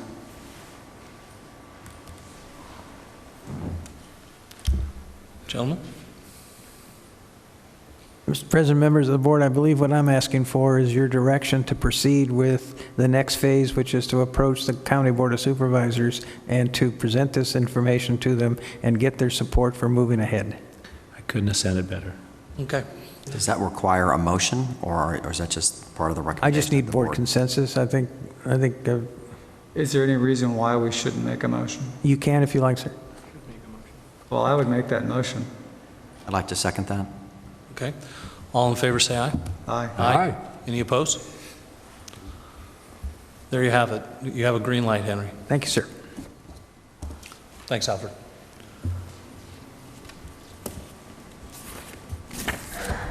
Next up, we have D2, Audit Committee Report on the FY 2012 and 2013 audit. Mr. President, members of the board, the Audit Committee, in accordance with policy, met on September 24th to discuss the audit report conducted by our district auditors. We met with the auditor and discussed the financial audit, and we're pleased to report to you that we received an unqualified audit, which is the highest level audit that you can receive as a local government. The committee also discussed the management letter, where we talked about the uses of the reserve fund for Fund 30, and the management response is contained in your packet. And I'm asking that you bring forth the auditor and have him make his presentation on the audit. And at the end of that, then come back to me and give me direction on the management response. Mr. Terry Shea is here from RAMS, our auditing firm, and he and his colleague will address you with separate parts of the audit. Good evening, Mr. President, members of the board, district staff, Henry, and I want to really thank Kathy for all the assistance she gave us. She does a remarkable job. I'm going to go over with you, which is called the SAS 114 letter, which is our communication to you, and I'll be brief. I know you have a long meeting. The first paragraph states what we audited, and we audited the financial statements of your governmental activities, your aggregate discretely presented component unit, each major fund, and the remaining fund information. The next part is significant audit findings. It says you guys are responsible for the selection of accounting policies used, The significant policies used by the district are described in Note 1. You did actually adopt a new accounting standard this year, a Governmental Accounting Standards Board number 63. The only way it affects you guys is in the title of your statements, that you don't have any deferred outflows or deferred inflows. The last part of that paragraph says, we noted no transactions entered into by the governmental unit during the year for which there was a lack of authoritative guidance, and all significant transactions have been recognized in the financial statements in the proper period. On page 2, it says accounting estimates are an integral part, and your biggest estimate is the depreciation on your buildings and your structures. We encountered no difficulties in dealing with management and completing our audit. We had no uncorrected mistakes, so if we found a journal entry, then mainly just normal closing procedures because you're modified accrual all year. We had no disagreements in financial accounting, reporting, or auditing. And we did request a management letter with certain representations, which we received, I think, about a week and a half ago. We did not consult with any other independent accountants. And then during the course of the audit, we discussed things with the client in the normal course, and those aren't make it to the report. And then also included in your financial statement is supplementary information. And with that, we make sure that it's consistent and it agrees with the main information. So any questions on this letter? Does it get any better? Brad will go over the good part. But one thing it does, Henry, they changed all the audit opinions this year. So it's not unqualified, it's unmodified now. So that's the big change for the year. It's still good, though, right? Still good. Unmodified. Good evening. I have the financial statements here that I'm going to go over briefly. And on pages 1 through 3, you have the independent auditor's report. And in this report, we provide the opinion over the audit that we performed over the district's financial statements. It outlines what we have looked at, the management's responsibility, auditor's responsibility, and on page 2, we come to the opinion section there, and in our opinion now, we're under the new standards giving an unmodified opinion. That's the highest level of assurance we can give. On the set of financial statements, that means that the statements you have in front of you are presented fairly in all material respects. And then we discuss a few other items there under other matters. And then continuing on page 5 through the end of the document is the district's financial statements. We met in the end of September with the audit committee, the 2 members are there at the district facilities here. And we spent over an hour going through each of the pages in the financial statements and covering all the different items, any questions, and all of this information has been thoroughly reviewed by that committee, and they made the recommendation to bring it to you today here. So in light of that, I don't want to take your time tonight to go through all of the numbers. Again, if you have any questions, Terry and I will be more than happy to attempt to answer those questions based on what we have performed in our audit.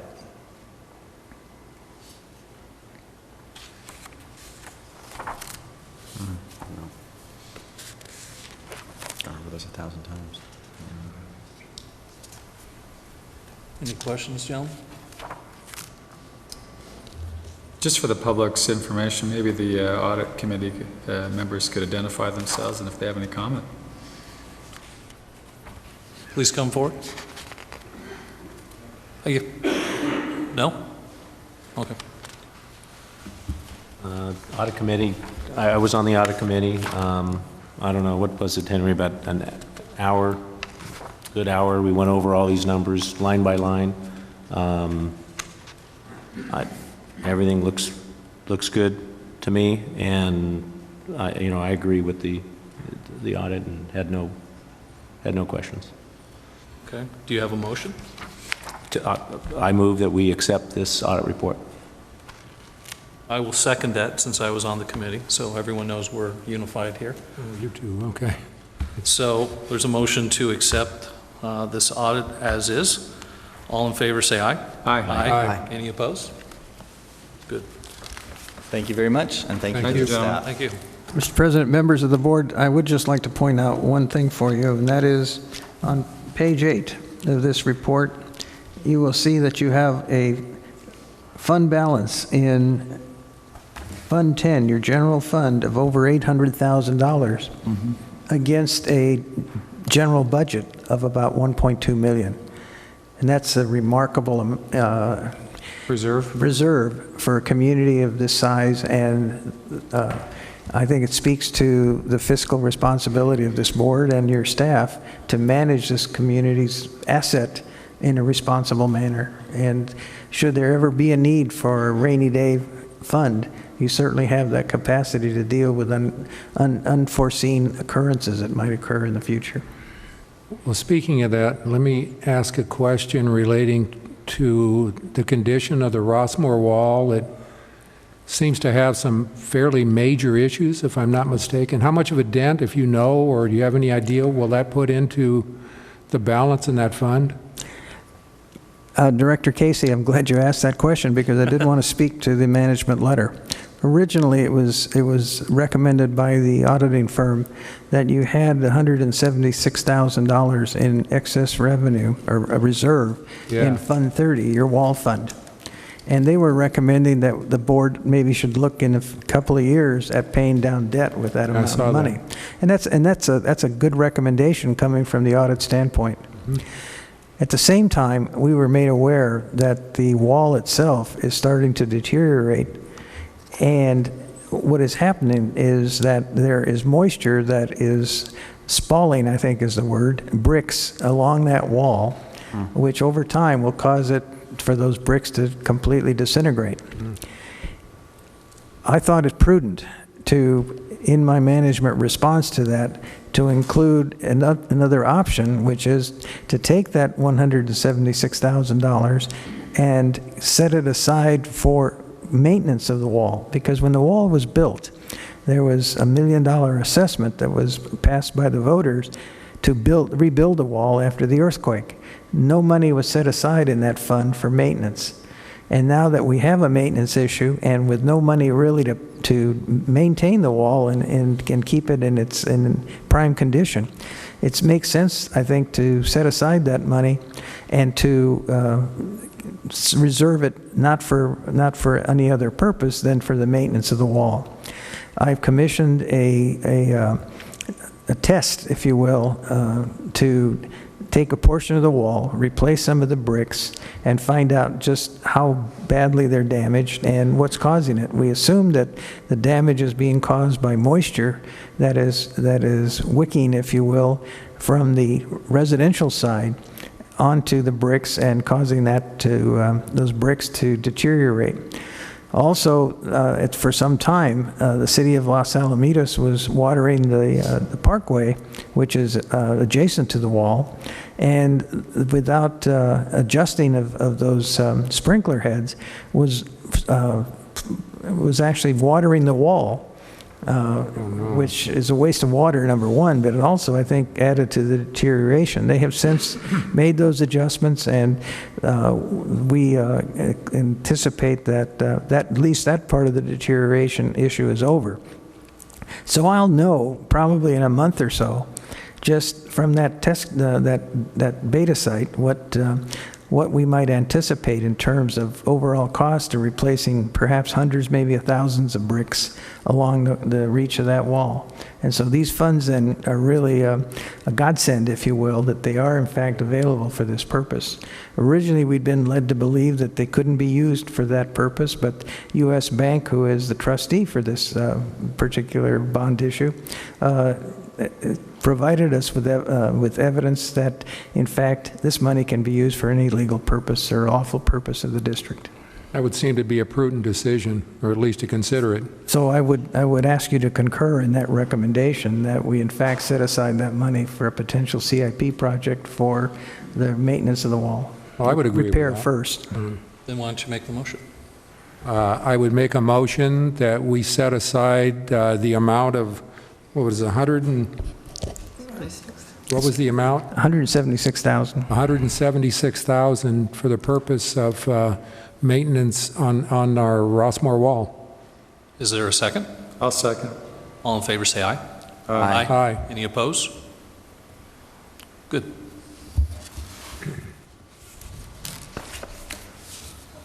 Next up, D3, Parks and Facility Committee Report.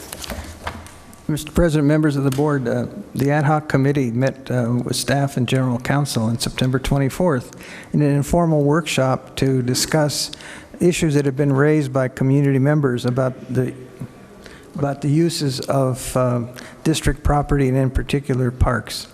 The committee simply reviewed our current policies and questioned staff on how those policies are applied.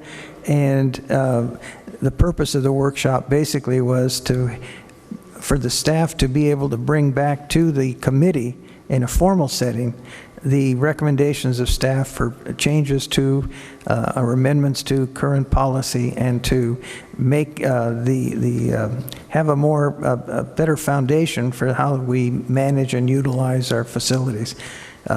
This is simply an informational report, and after the committee has its first meeting on this subject, we'll come back to you with a report to the board.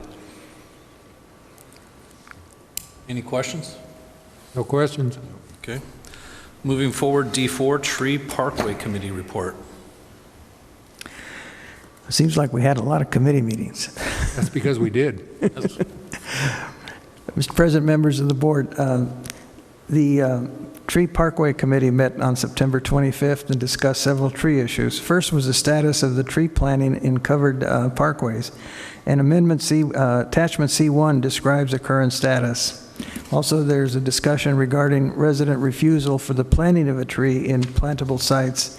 This issue is not to be confused with parkways where a tree cannot be planted due to being covered by cement, bricks, or other obstructions. Second, the committee discussed the district's procedures for the maintenance of the community's urban forest. Staff presented procedures from other communities which were reviewed by the committee with no immediate action taken. Lastly, the committee reviewed and recommended board approval for first reading of the proposed amendments to policy number 3080, Parkway and Rossmoor median tree maintenance. The committee also reviewed President Maynard's proposal to designate the Tree Parkway Committee as a standing committee of the board. So further on in this agenda, there is an item that deals with amendments to this policy, and also for the president, if he so deems appropriate, to designate the Tree Parkway Committee a standing committee of the board by amendment of policy. That's my report, Mr. President. Any questions I'll take. Thank you. Any questions or comments, especially from the committee members? Well, I'll make one comment pertaining to the sites, and I think we have the 3 outstanding, plus, if I'm not mistaken, we've been in communication with additional residents that also, in addition to those 3, do not want a tree, is what I remember from, part of our report. I don't have it in front of me, but I think that's true. It's in there in your... Yeah, it's buried. It's buried in your documentation. Basically, we started out some time ago with 21 sites that were not plantable because they were covered over by bricks, cement, and other items that did not allow for a tree to be planted. That number has now been reduced to 3 sites. And basically, the county's position is that they will not go onto a residence parkway if they do not allow them, give them permission to clear a site. So those are 3. We also have 9 to 12 other sites which are plantable. And we have sent letters to those residences saying to them that we are going to plant a tree. And Mary Kingman, our tree consultant, is working with those members of the community to see if we can get concurrence from them for the first time to plant a tree where a tree has never been planted. We'll report back to the committee at a later date on our progress with that, and at a future date, we'll deal with individual residences who want to make an appeal to the board regarding not wanting a tree. But that's a small number compared to 5,500 trees that in the urban forest. So we've made Understood. we've made some progress. No, you've done a yeoman job, but as a member of that committee, and this is just my opinion, that we live in a tree community. We identified some species of trees, two of which would be like the crepe myrtle, and then there's an Australian species of some kind that are, the roots are not that invasive from what I understand, and they wouldn't, from what I know, would not invade the sewer lines, or would be unlikely to do so, and that they also have a low profile. So I just think in our type of community, the people that move here, they love the trees. And I just believe it's a small thing to ask to have a tree planted in front of every house that can have one of that kind of species. But I'm just speaking for myself as one member of that committee. There are trees that are benign, basically, in terms of impact on the resident. That's what I think. But it's such a value to the rest of the community. I think there's always a reason why people love Rossmoor. It's so apparent when you just drive down our blocks. Our trees are very important, so. You're also on that committee, correct? I am also on the committee. Any comments you'd like to make? From where it was just a short time ago, what was the list again, Mr. Tabaoda, in terms of how many were, the original list was 20 or so? 21 down to 3. Down to 3. And how long ago was that? When did we have 21? It's been at least a year. At least a year? Because we've had to work with the county and get them to actually perform the work, and there was a lot of negotiation that took place about who would do it, when they'd do it, so on. But the county has become rather agreeable recently about working with us instead of not cooperating. But certainly we heard some, circumstances with a few residents, 3, that, do not want the tree to be planted, and again, I don't know what Director Casey's opinion is, but I don't think there needs to be action taken today. I think that we can, continue to move forward and trying to, because there are some other residences that have not just haven't answered the letter saying, hey, you don't have a tree there, so we would like to plant this tree. And so I think our staff should still be allowed to continue to either contact them and convince them to plant a tree. Because like, Mr. Tabaoda was saying, that the county will not force anyone to put in a tree.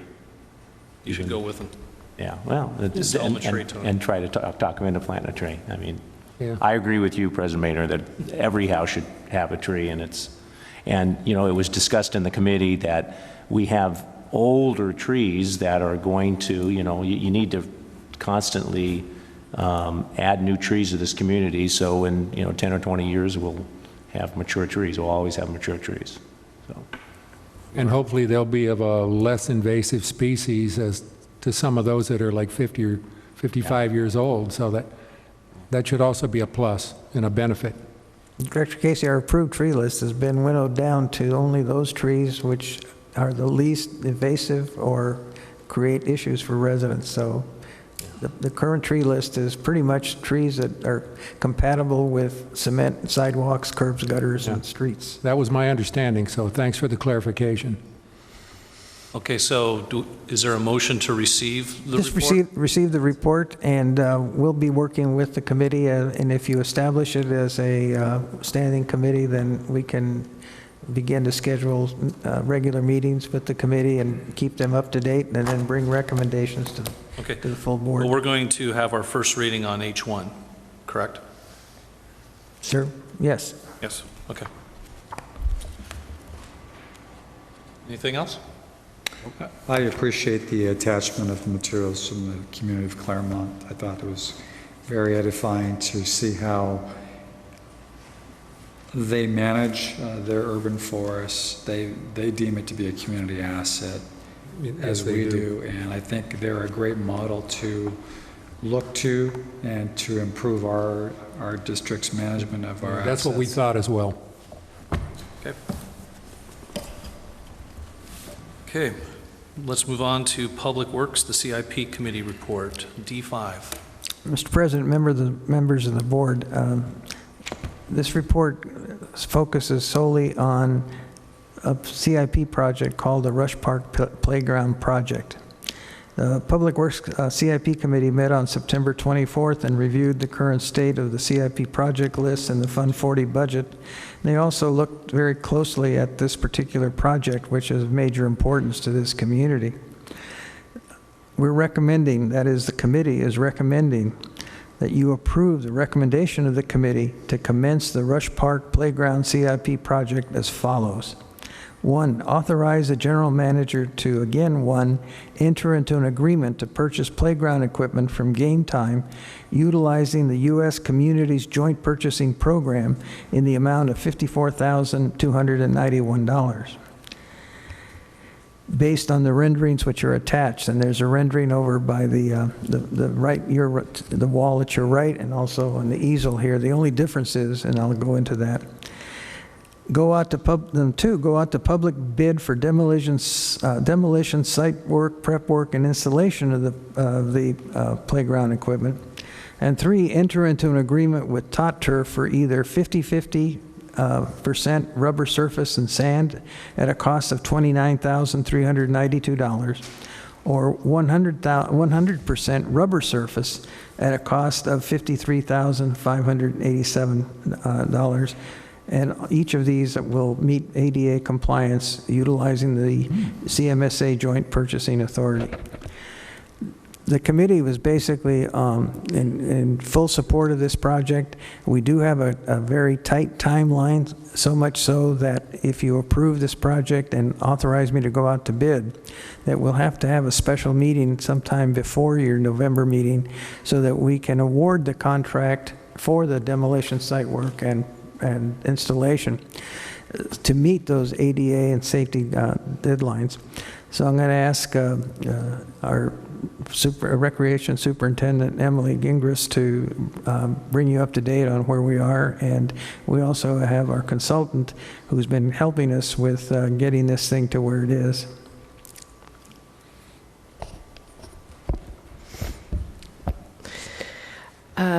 President, members of the board, this has been a long process. Several options have been vetted to the CIP Public Works Committee over the last 18 months. We just received word of a grant from Game Time, which was one of the companies that had submitted proposals and renderings for the potential upgrade. We applied for that grant. We were awarded that grant, so that is why we're recommending that company, and also because of their reputation. References have been checked. They provide quality equipment at a reasonable cost, and we conduct monthly safety inspections of the playground, and the larger 5 to 12 structure, which was initially installed in 1996, has received updates over the past 4 or 5 years, and we just did our regular monthly inspection again last week, and several items which weren't of issues in August have been brought to our attention that need to be addressed. So some of those items will be coming out before the new playground even goes in, because they need to be addressed prior to removal of the existing structure. So the proposed rendering here is the 50-50 option, which is half sand and half surfacing, and that meets the ADA requirements. And that would tear out everything that's at the existing playground except for the swing set, because that swing set was purchased just a couple years ago, so that is still in good condition. And you have the larger 5 to 12 structure, and the smaller ship is the 2 to 5 structure with the climber, which is the fish component. And the surfacing requirements state that 50% of the equipment has to be accessible by the pour-in-place rubber surfacing.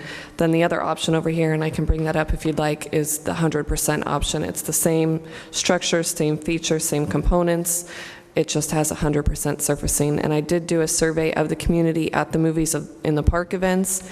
I had families submit surveys based on this actual proposed rendering, and the response was very well taken. When asked whether they wanted sand or 100% pour in place, the community did choose. 81% of the surveys came back and said they preferred to have 50-50 sand and pour in place. And to address any safety issue or safety questions you may have, or ADA accessible questions, JC Bush, Mr. Bush is our playground consultant. He's here to answer anything. Any questions, gentlemen? Yeah, I have a question. Is in terms of the maintenance on the 50-50 compensation versus the 100%, the more expensive one, is there much of a difference in terms of how long they'll last? The Tot Turf has provided a guarantee for us of, I think 1 year is what I have to look for. Or is it 5 years? 5 years, I'm sorry. The 100%. No, both would be 5 years. Any kind of surfacing is 5 years. Does it? Correct. Okay. And there's always going to be some maintenance you're going to have to do with pour in place. We are very lucky here that we have a really extensive contract set in place with our landscape providers to where they blow the sand off the pour in place that we have at Rossmoor Park 3 times a week. And the sand also at Rossmoor Park is rototilled quarterly. It's raked every Friday, and preventative maintenance is what helps maintain the longevity of the pour-in-place surfacing. Okay, so it's like guaranteed for 5 years, but if it's well maintained, it'll probably last indefinitely, or? JC could answer that for you. First of all, let me say that I'm not sure if I said this the last meeting, was that there is no perfect surfacing material. Everything's going to require maintenance. Where you would see maintenance for rubber surfacing is usually going to be in regards to under equipment like slides or swings or things like that, where you'll see wear. If you notice the sample that was provided, where you would see wear is the top layer, which is the green coloring.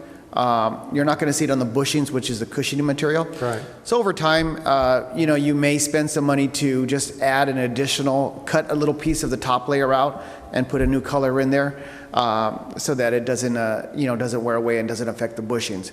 That's usually the maintenance that you're going to see with your rubber surfacing. Oh, so as long as you're proactive in that and take care of it on a regular basis. Correct. You are going to see some type of wear. Get really good use out of it. Yes, you are going to see some wear, like I said, under the slides and under the swings and stuff like that. Yeah. That's usually the place, or places where children are constantly falling, like the end of a horizontal Makes ladder. sense. Yeah, correct.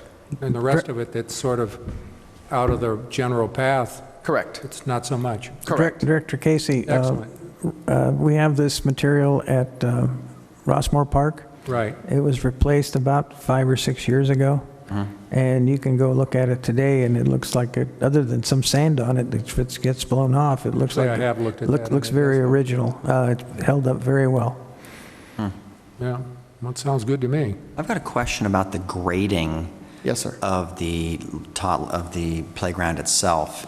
If I recall, many years ago, we had a flooding issue at Rossmoor Park, and we had to create some type of French drain system or something under when we originally redid the park. What are we looking at if we go with a 50-50 here? Well, Director Kaler, when that site was designated as a school site originally, when it was no longer needed for a school site, the community acquired that particular site to put Rush Park on it, or Rossmoor Park on it. What they didn't do was, as you say, grade it, and instead of having a convex topography, you had a concave topography. So it became lake. Every time it rained, it looked like a lake. It's a bowl. Yeah. Yeah, it's a bowl. And so the board, through the CIP process, contracted for a sump that was built into right near the tot lot. And I think it's about 12 feet deep or 20 feet deep and 12 feet across, filled with porous material that allows for drainage. And also, we installed French drains, which are nothing more, they're drains basically, along the walkways leading up to the tot lot or the playground, which absorbs most of the, except in very heavy rains, absorbs almost all of the water. We also acquired with that project a pump that can be put in place in a matter of minutes, and any residual water that would accumulate gets drained out into the gutter. So it's not an issue at that park anymore. This particular area does not flood.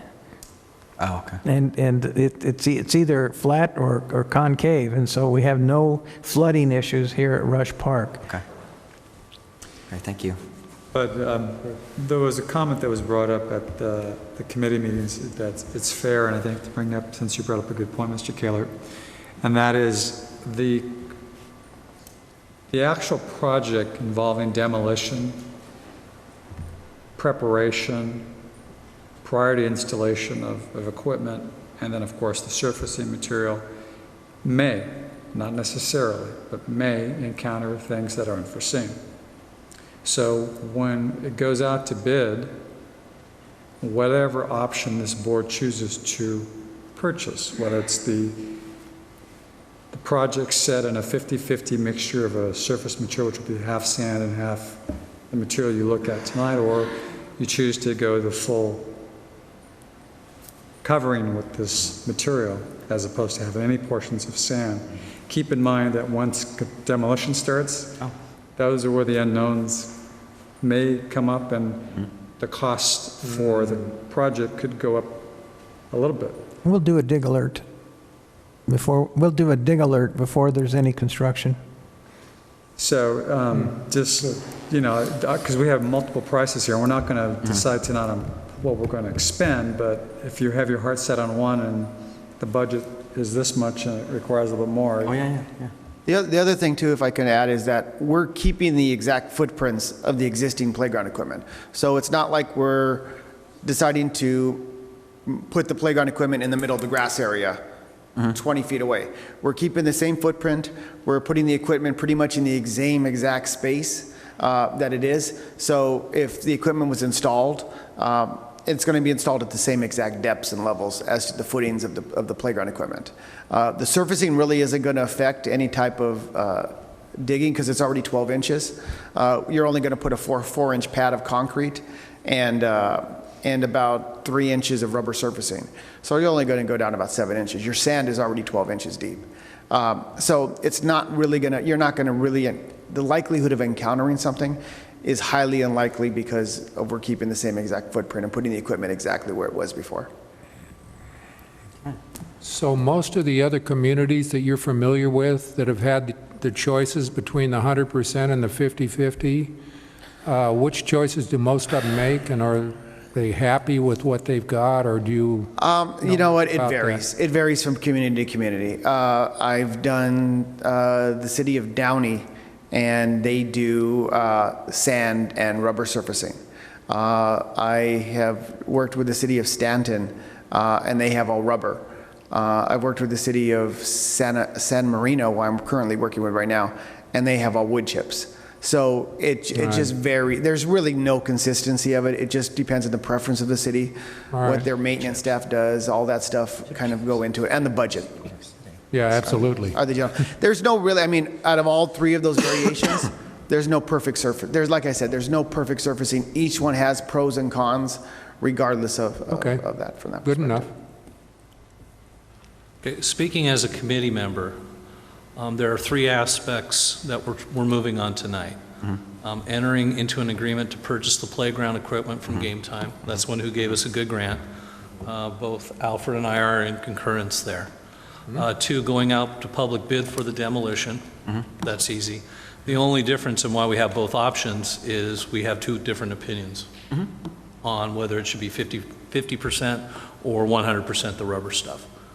So do we need three different motions here? You do. Yes. Okay. So I'd like to make a motion to enter into agreement. Oh, I'm sorry.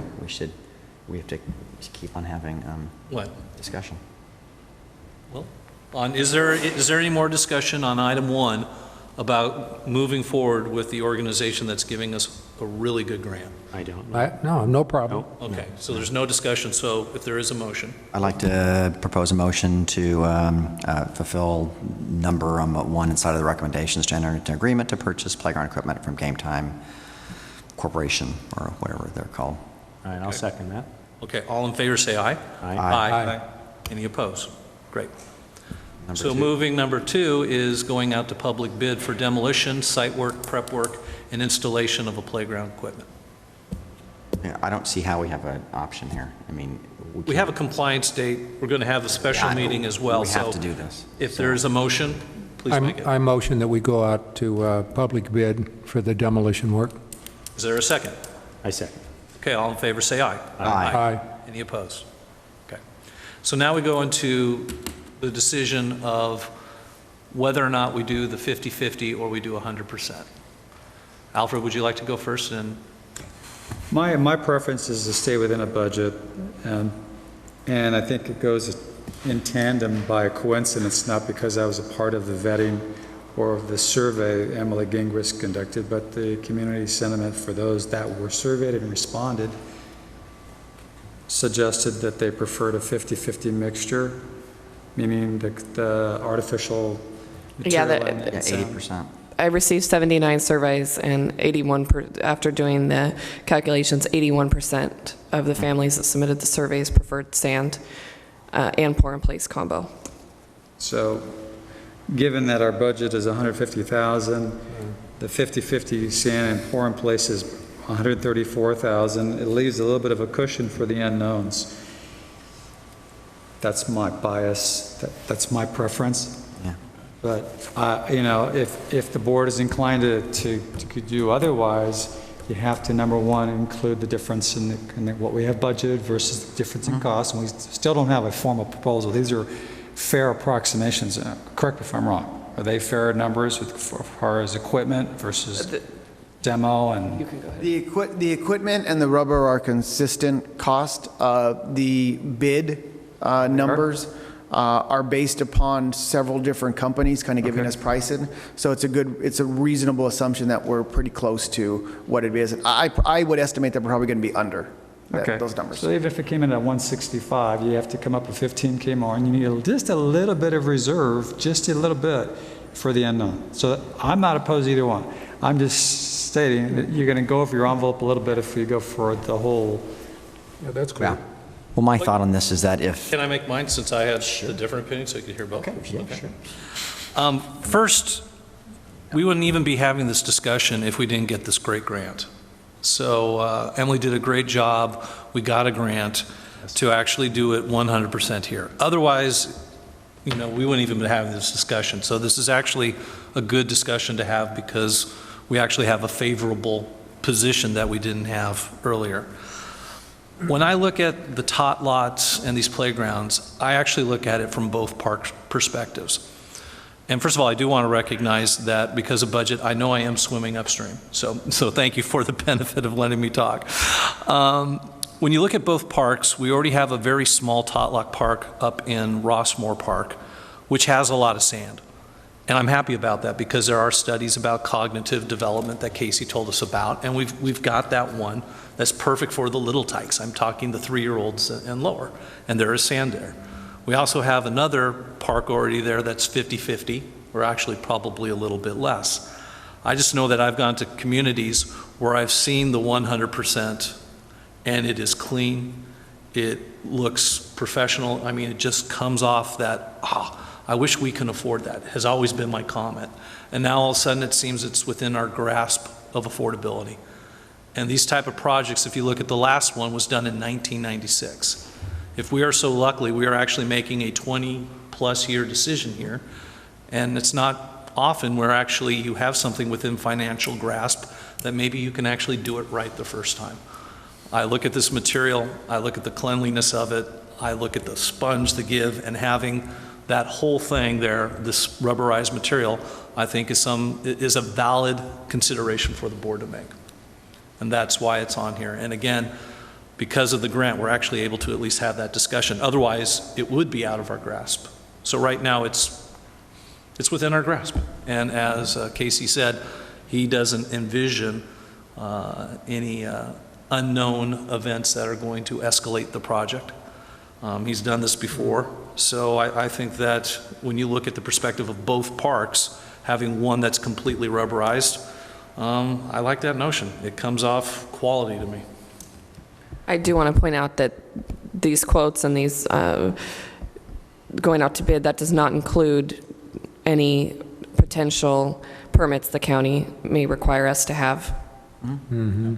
How much would that be, Emily? Yeah. We looked into it, and it just all depends on how much sand is going to be removed. We couldn't get Mr. Bush and myself couldn't get a straight answer. It just depends on whether they're going to require us to have a permit. Most cities that JC works with don't require him to pull a permit. So when that's specified in the bids that the contractor will be required to pull a permit. Then he'll include it in the cost, pass it on to us. So just in fairness, what do we think? I mean, gentlemen, you do this every day. I don't. So well, it's funny that I've worked with cities before, and we've never had to pull permit before. But so the only permit the two permits that were possible that we may have to pull is the disposal of the sand and the demolition of the equipment. But we may not have to pull that. It's just giving an estimate that they may require us to do that. Are we talking $1,000, $500? I don't know. I would, and I'm highballing it, I would estimate maybe $3,000, $2,000 and $3,000. And I'm highballing it just to be on this. I'd rather say I'm higher, and then it comes in at lower. And again, it's built into the process of the bid, so the contractor is going to be responsible for that. So when they do their cost estimates to us, that's going to be part of their bid process, that they're going to be responsible for paying that bid, that paperwork. Do we need more sand over at our volleyball court or the other park? Could some of that sand be repurposed? Yes, that's what we're waiting for. Okay. There you All right. go. It would cost Just trying to help. it would cost quite a bit to transport it. Mr. President? So the sand must be removed either way, or if it's 50-50, some of the sand stays? Correct. We're looking at if it were 50-50, we would move the usable sand off to the side, calculate what we're going to need, and then the rest would, I assume, then be taken over to the volleyball court or wherever it's going to be used. Yeah. From that perspective. If we pull 100% out, then it's just removed and taken over and disposed of whatever's left over. And that would save on permitting costs too, because it's just going to another location, and that was part of the county requirements when we looked into was if it's being, put at a dump or offloaded somewhere else besides within our own facilities, that's where the larger cost came in. So what we're looking at in terms of a decision with game time is between 134,000, around there, or 168. Well, it's 100% not necessarily with game versus- time. We're just trying to determine tot turf, whether they're going to be at, I'll tell you right now. 25 or 50. Whether it's going to be 29,000, 31. 30,000, and 53,000 versus 50% or 100%. Right, so there's a difference of $24,000. $4,000 to $6,000. No, it's $24,000. About $24,000. 53.5. Wait a minute. 53.5 minus 29.3. Well, It's a 24,200 Right. I see what you're saying. It's a $24,000 decision. So my opinion on this is, yes, it's $24,000, and that's great. I think that was great of you, Emily, to get the community to get their opinion and to poll them. I think that's important to take that into consideration. My personal opinion, if I'm taking my board member hat off and being a resident of the community, I think it looks great, and I think it looks professional and well done to have it to be 50-50. I think it's nice when you have children and grandchildren and little kids. They like to play in sand. They bring buckets, and when they can't swing, they sit there and they do stuff like this, and they get dirty, and that's what kids do. And I don't know how they're going to dig this stuff with their hands and put it in a bucket and play. And I can't. It's hard for me to envision that. So I I like the 50/50 option.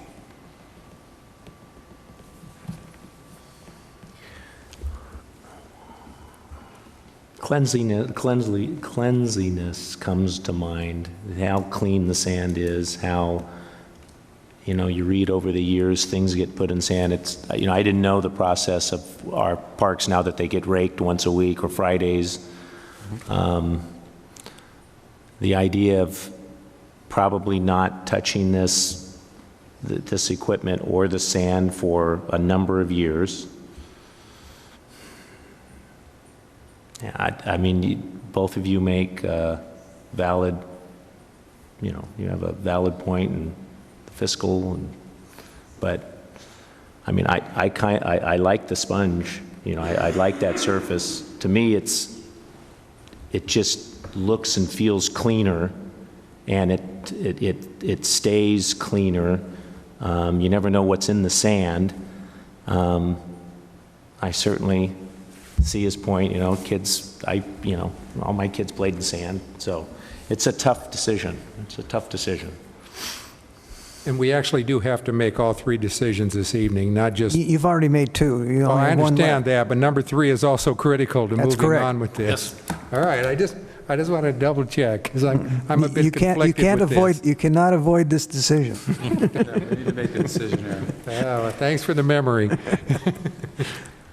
So we're at a motion then, right? Somebody should make a motion. If someone wants to make a motion, please do. We've got to make a motion one way or the other. I mean, if we reject one, we're accepting the opposite, right? That's correct. That's probably No? true, isn't it? No. No? Affirmatively vote on one or the other.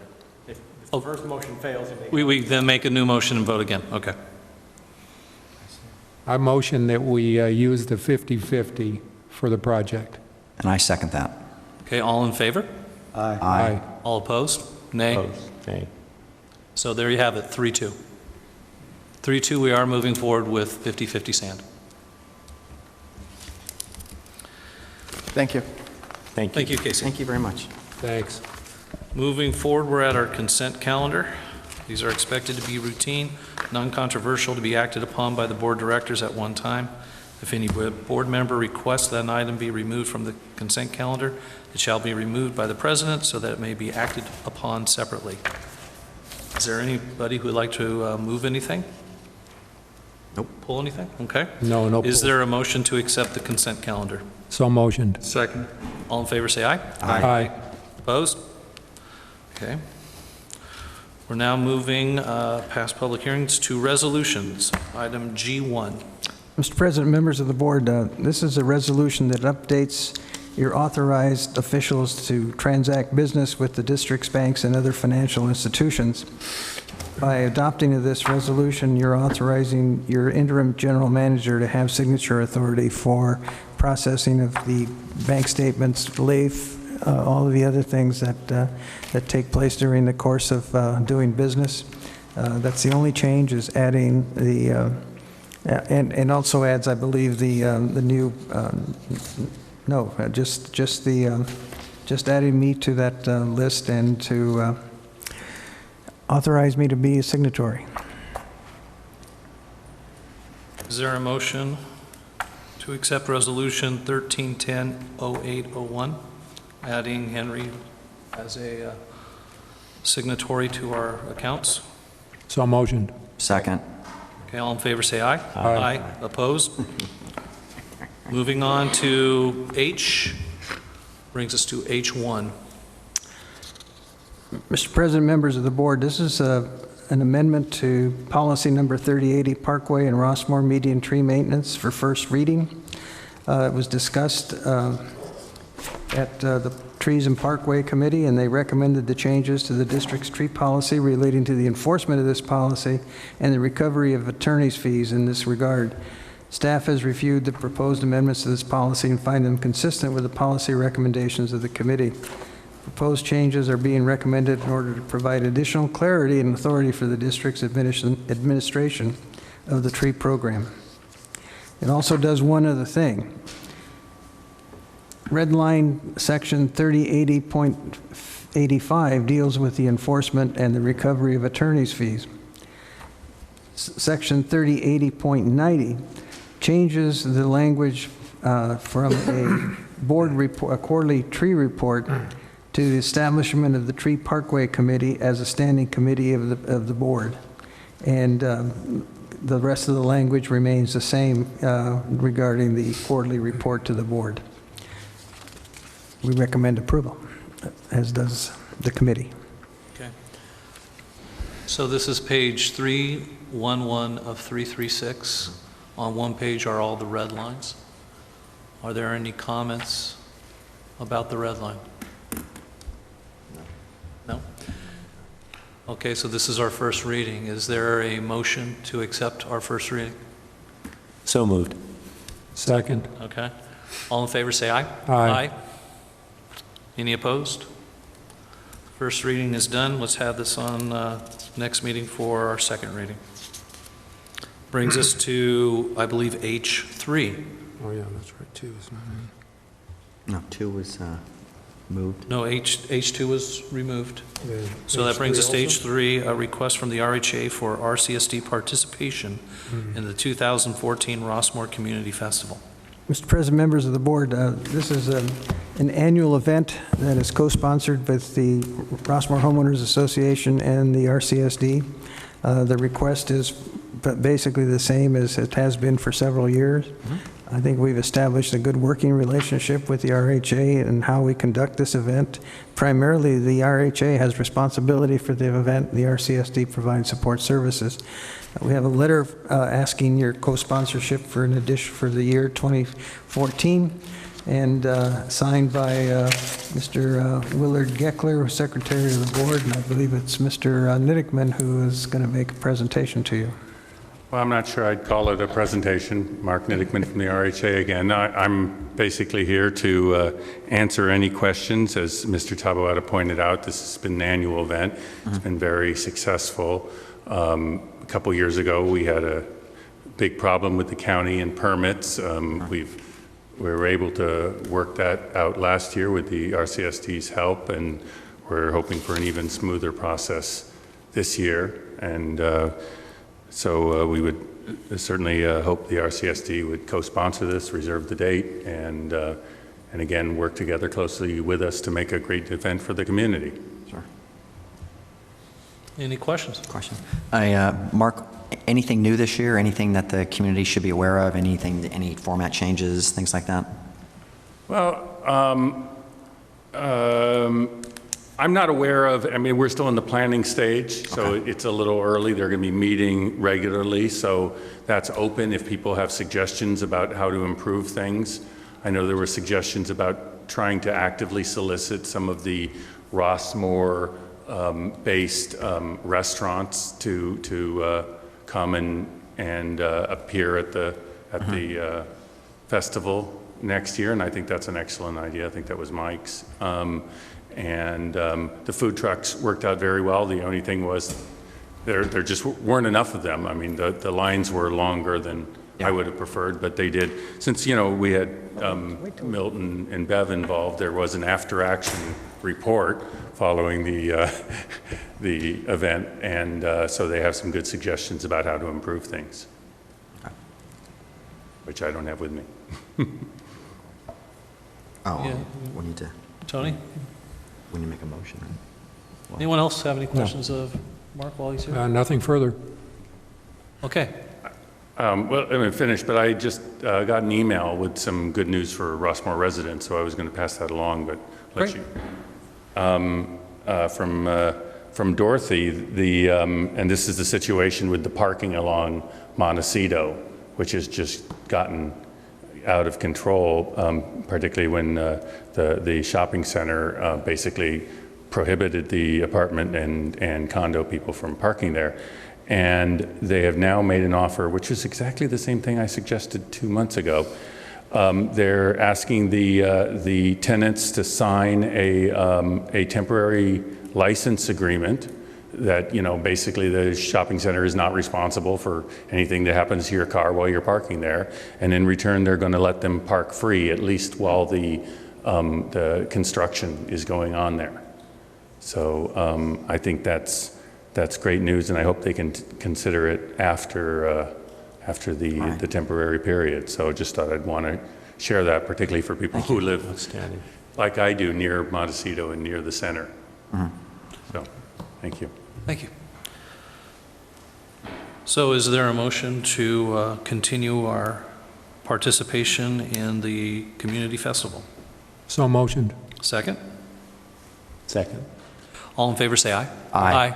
Any opposed? Okay. General manager items. Mr. President, members of the board, I'd like to express my appreciation for your confidence in me to come back and serve as your interim general manager.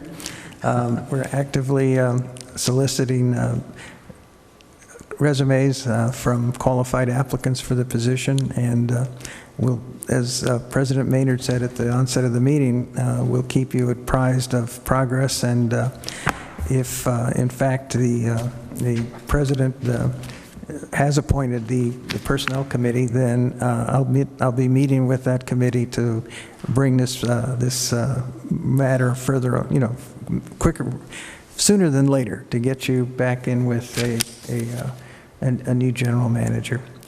I'd also like to report that our consultant Cheryl Williams and I were, primarily Cheryl, was able to secure a license agreement from the Bethlehem Lutheran Church for the installation of a Rossmoor sign at the corner of Wallingsford and Catella.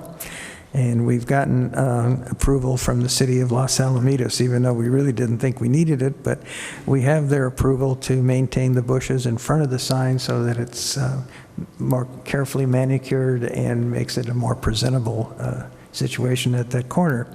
As soon as we get the county permits, and Cheryl's in the process of getting those permits, I'll be getting the contractor to work on it, and then we can proceed to the third sign, which is a little more interesting to get that done. That's all I have, sir. Okay, board member items. Start with you on your side, Mr. DeMarco.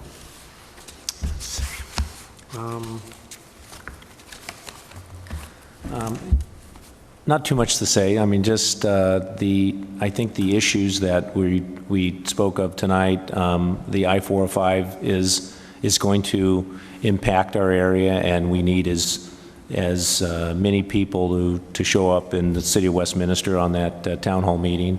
I also, I went to an RHA meeting last month, and very good meeting, a lot of information, not a lot of folks in the seats. So I would encourage our residents to attend the RHA meetings. Good board at the RHA, and they do a lot for our community. I noticed that, I saw that the paper drive now is collecting. It's the last Saturday of the month, and they're collecting plastic and aluminum again.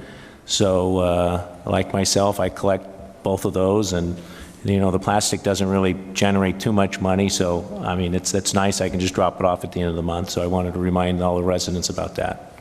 That's it. Mr. Kaler?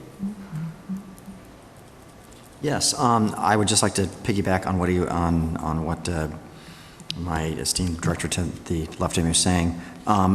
It's important that we get on our website. I'd like to make a request, and also to email out to all of the Rossmoor residents about this meeting on October 29th at that Councilwoman Diana Carey, I believe, mentioned earlier today. I think that's important that that's broadcast as much as we can. It directly impacts the residents, obviously. I'd also like to make a similar request to the RHA, if they can please contact their mailing list as well as any other community organizations that might be able to reach out to that. If we can have some efforts, I think that would be outstanding, because that's something that impacts the entire community as well as the surrounding communities, and we need to make our voices heard. I would also like to make a request. I don't know if this is possible. It was mentioned about an emergency preparedness meeting this Thursday, the 10th, at 6 o'clock. I don't know if they can have a second session, but that might be a good recommendation if somebody can't make it Thursday, to maybe make it a different day or sometime next week for the community and to broadcast that.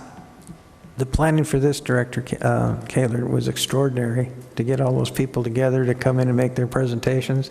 I think they're taxed to their limit to be able to do this one session, but you can... But it is going to be televised. Yeah, it will be televised. It'll be televised, and I would love to have that on our website as well for people who can't make it, so they can watch it again. Yeah. Like a YouTube Exactly, thing. to have that be recorded. It's not our people who are televising it. It's a private contractor who's doing that, but he's, John Underwood, I'm sure, will give us the disc or put it on for us. It would just be nice for those who can't make it, and we have that record, because I'm sure there's 10 ideas in there that I've never thought of. So yeah, at least. Yeah. And then me too. No. And then I also just like to issue a bunch of thank yous. Thank you to Emily for landing that grant. I think that's fantastic. I'd like to thank you, General Manager Tabaoda, from myself personally and from my board members and the whole community for being available to really to step in to help out the community. It's just really fantastic. And also thank you to the district staff for your hard work this past month in this transitionary period. That's all I have.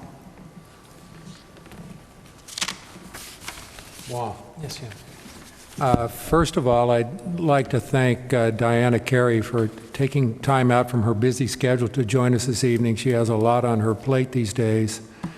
And one of the things that was included in that was the 405 Policy Working Group meeting, which Henry also attended with me, where they were talking about, as we've already discussed tonight, 1.5% of the vehicles of these green cars that are being given high priority in terms of saying that they have to go a certain amount of speed so that Caltrans can come up with what they called Concept A, including hot lanes. And during the meeting, they went to a lot of trouble. They were showing a lot of graphs and charts and different pieces of information indicating how this would work with the hot lanes, how it would affect the flow of traffic, and it's as though they haven't even been listening to the fact that they approved Alternative 1, or Alternative 1 was approved by all the corridor cities some time ago,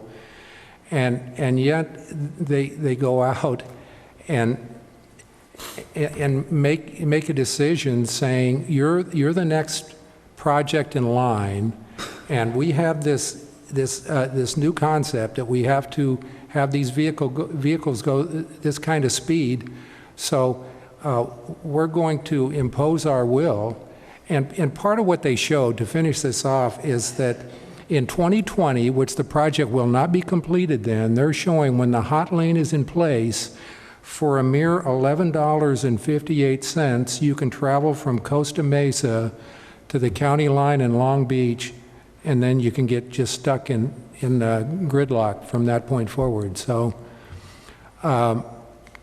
that's pretty much all I have to say, except that I hope our community does come out on the 29th when everyone's getting together to fight these hot lanes. And we can have 500 people in their facilities, so I'm thinking the more the merrier. And I also want to indicate that Liz Deering has been nice enough to add a link to our website at the bottom of the items that you can click on, and it's the I-405 Improvement Project updates.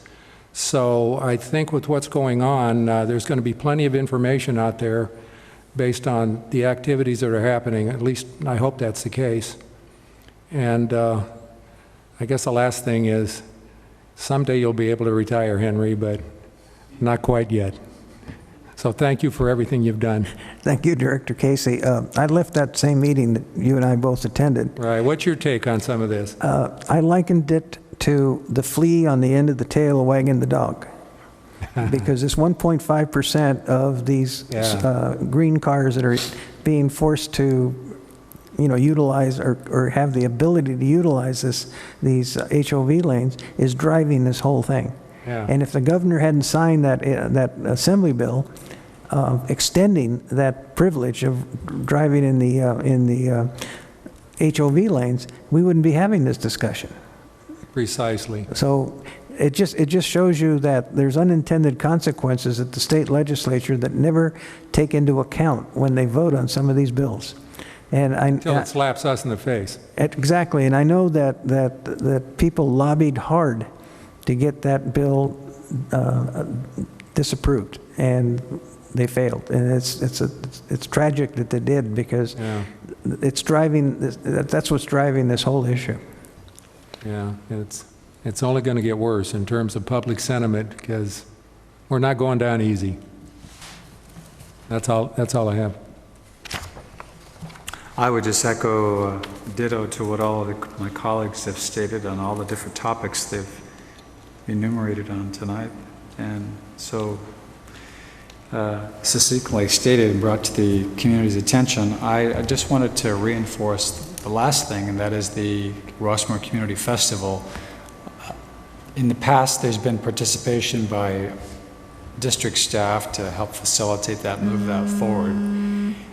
So to the extent that if Emily Gingras is the person that in the past worked with the RHA or other staff members, I would encourage them to work with the RHA as well as the Rossmoor Village food restaurants, the fortune cookie, which you blink and you miss it, but it's a great Oriental restaurant. Blake's Place is phenomenal. It's close, it's excellent takeout, and my bias is, besides the fact that I like their food, I've personally spoken to the owner, and they're just looking for an opportunity to visit and participate. They just want some lead time, and they're more than willing. And I can't speak on behalf of Fish Company, but I know Polly's Pies, they do so much for our armed services overseas in donating. I'm not asking that we should seek them to donate, but I know that they'll roll up their sleeves as well and show up and make some pies available. And it's nothing like promoting your own and being a good neighbor, and it's a good product. So with that, thank you. Yeah. I happen to know that Polly's Pies does do donations for activities. They actually have been very supportive of my daughter's dance company, and at their fundraiser gave out a whole bunch of pies. And imagine just the old community, used to be a cake walk. Let's have a pie walk. Let's give some pies. Let's have a pie eating contest sponsored by Polly's Pies. Let's make this fun. That would be very fun. I echo everything that we've been saying about the 405. I've been very vocal against the HOT lane. And the thing that to me is the extension that our governor passed expires in 2019. That's 1 year before the freeway's ever even completed. So it's short-term thinking against a long-term solution. So I wish there was more wisdom there, but there's not. So what we're asking for, just to be very blatant, is for the community to get involved, show up at 8200 Westminster Boulevard on October 29th at 6:30. If anyone needs a ride, call some friends, let's carpool, let's get there and let's be vocal. I want to thank Diana Carey for coming. She's come to our last two meetings. And everyone, you can Facebook her. She's on Facebook. She's Diana Lee Carey at Facebook. I'm going to friend her. She's been a friend of ours. So let's all work together and see if we can try to somehow apply common sense to Caltrans and OCTA. We're about to change our clocks back, so everyone be a little bit more cautious with the lights, with kids and trick-or-treating, etc. Be safe, be happy. And that's my final remarks as we now enter into the last session of tonight, which is a closed session. So let's adjourn to our closed session on potential litigation. Thanks.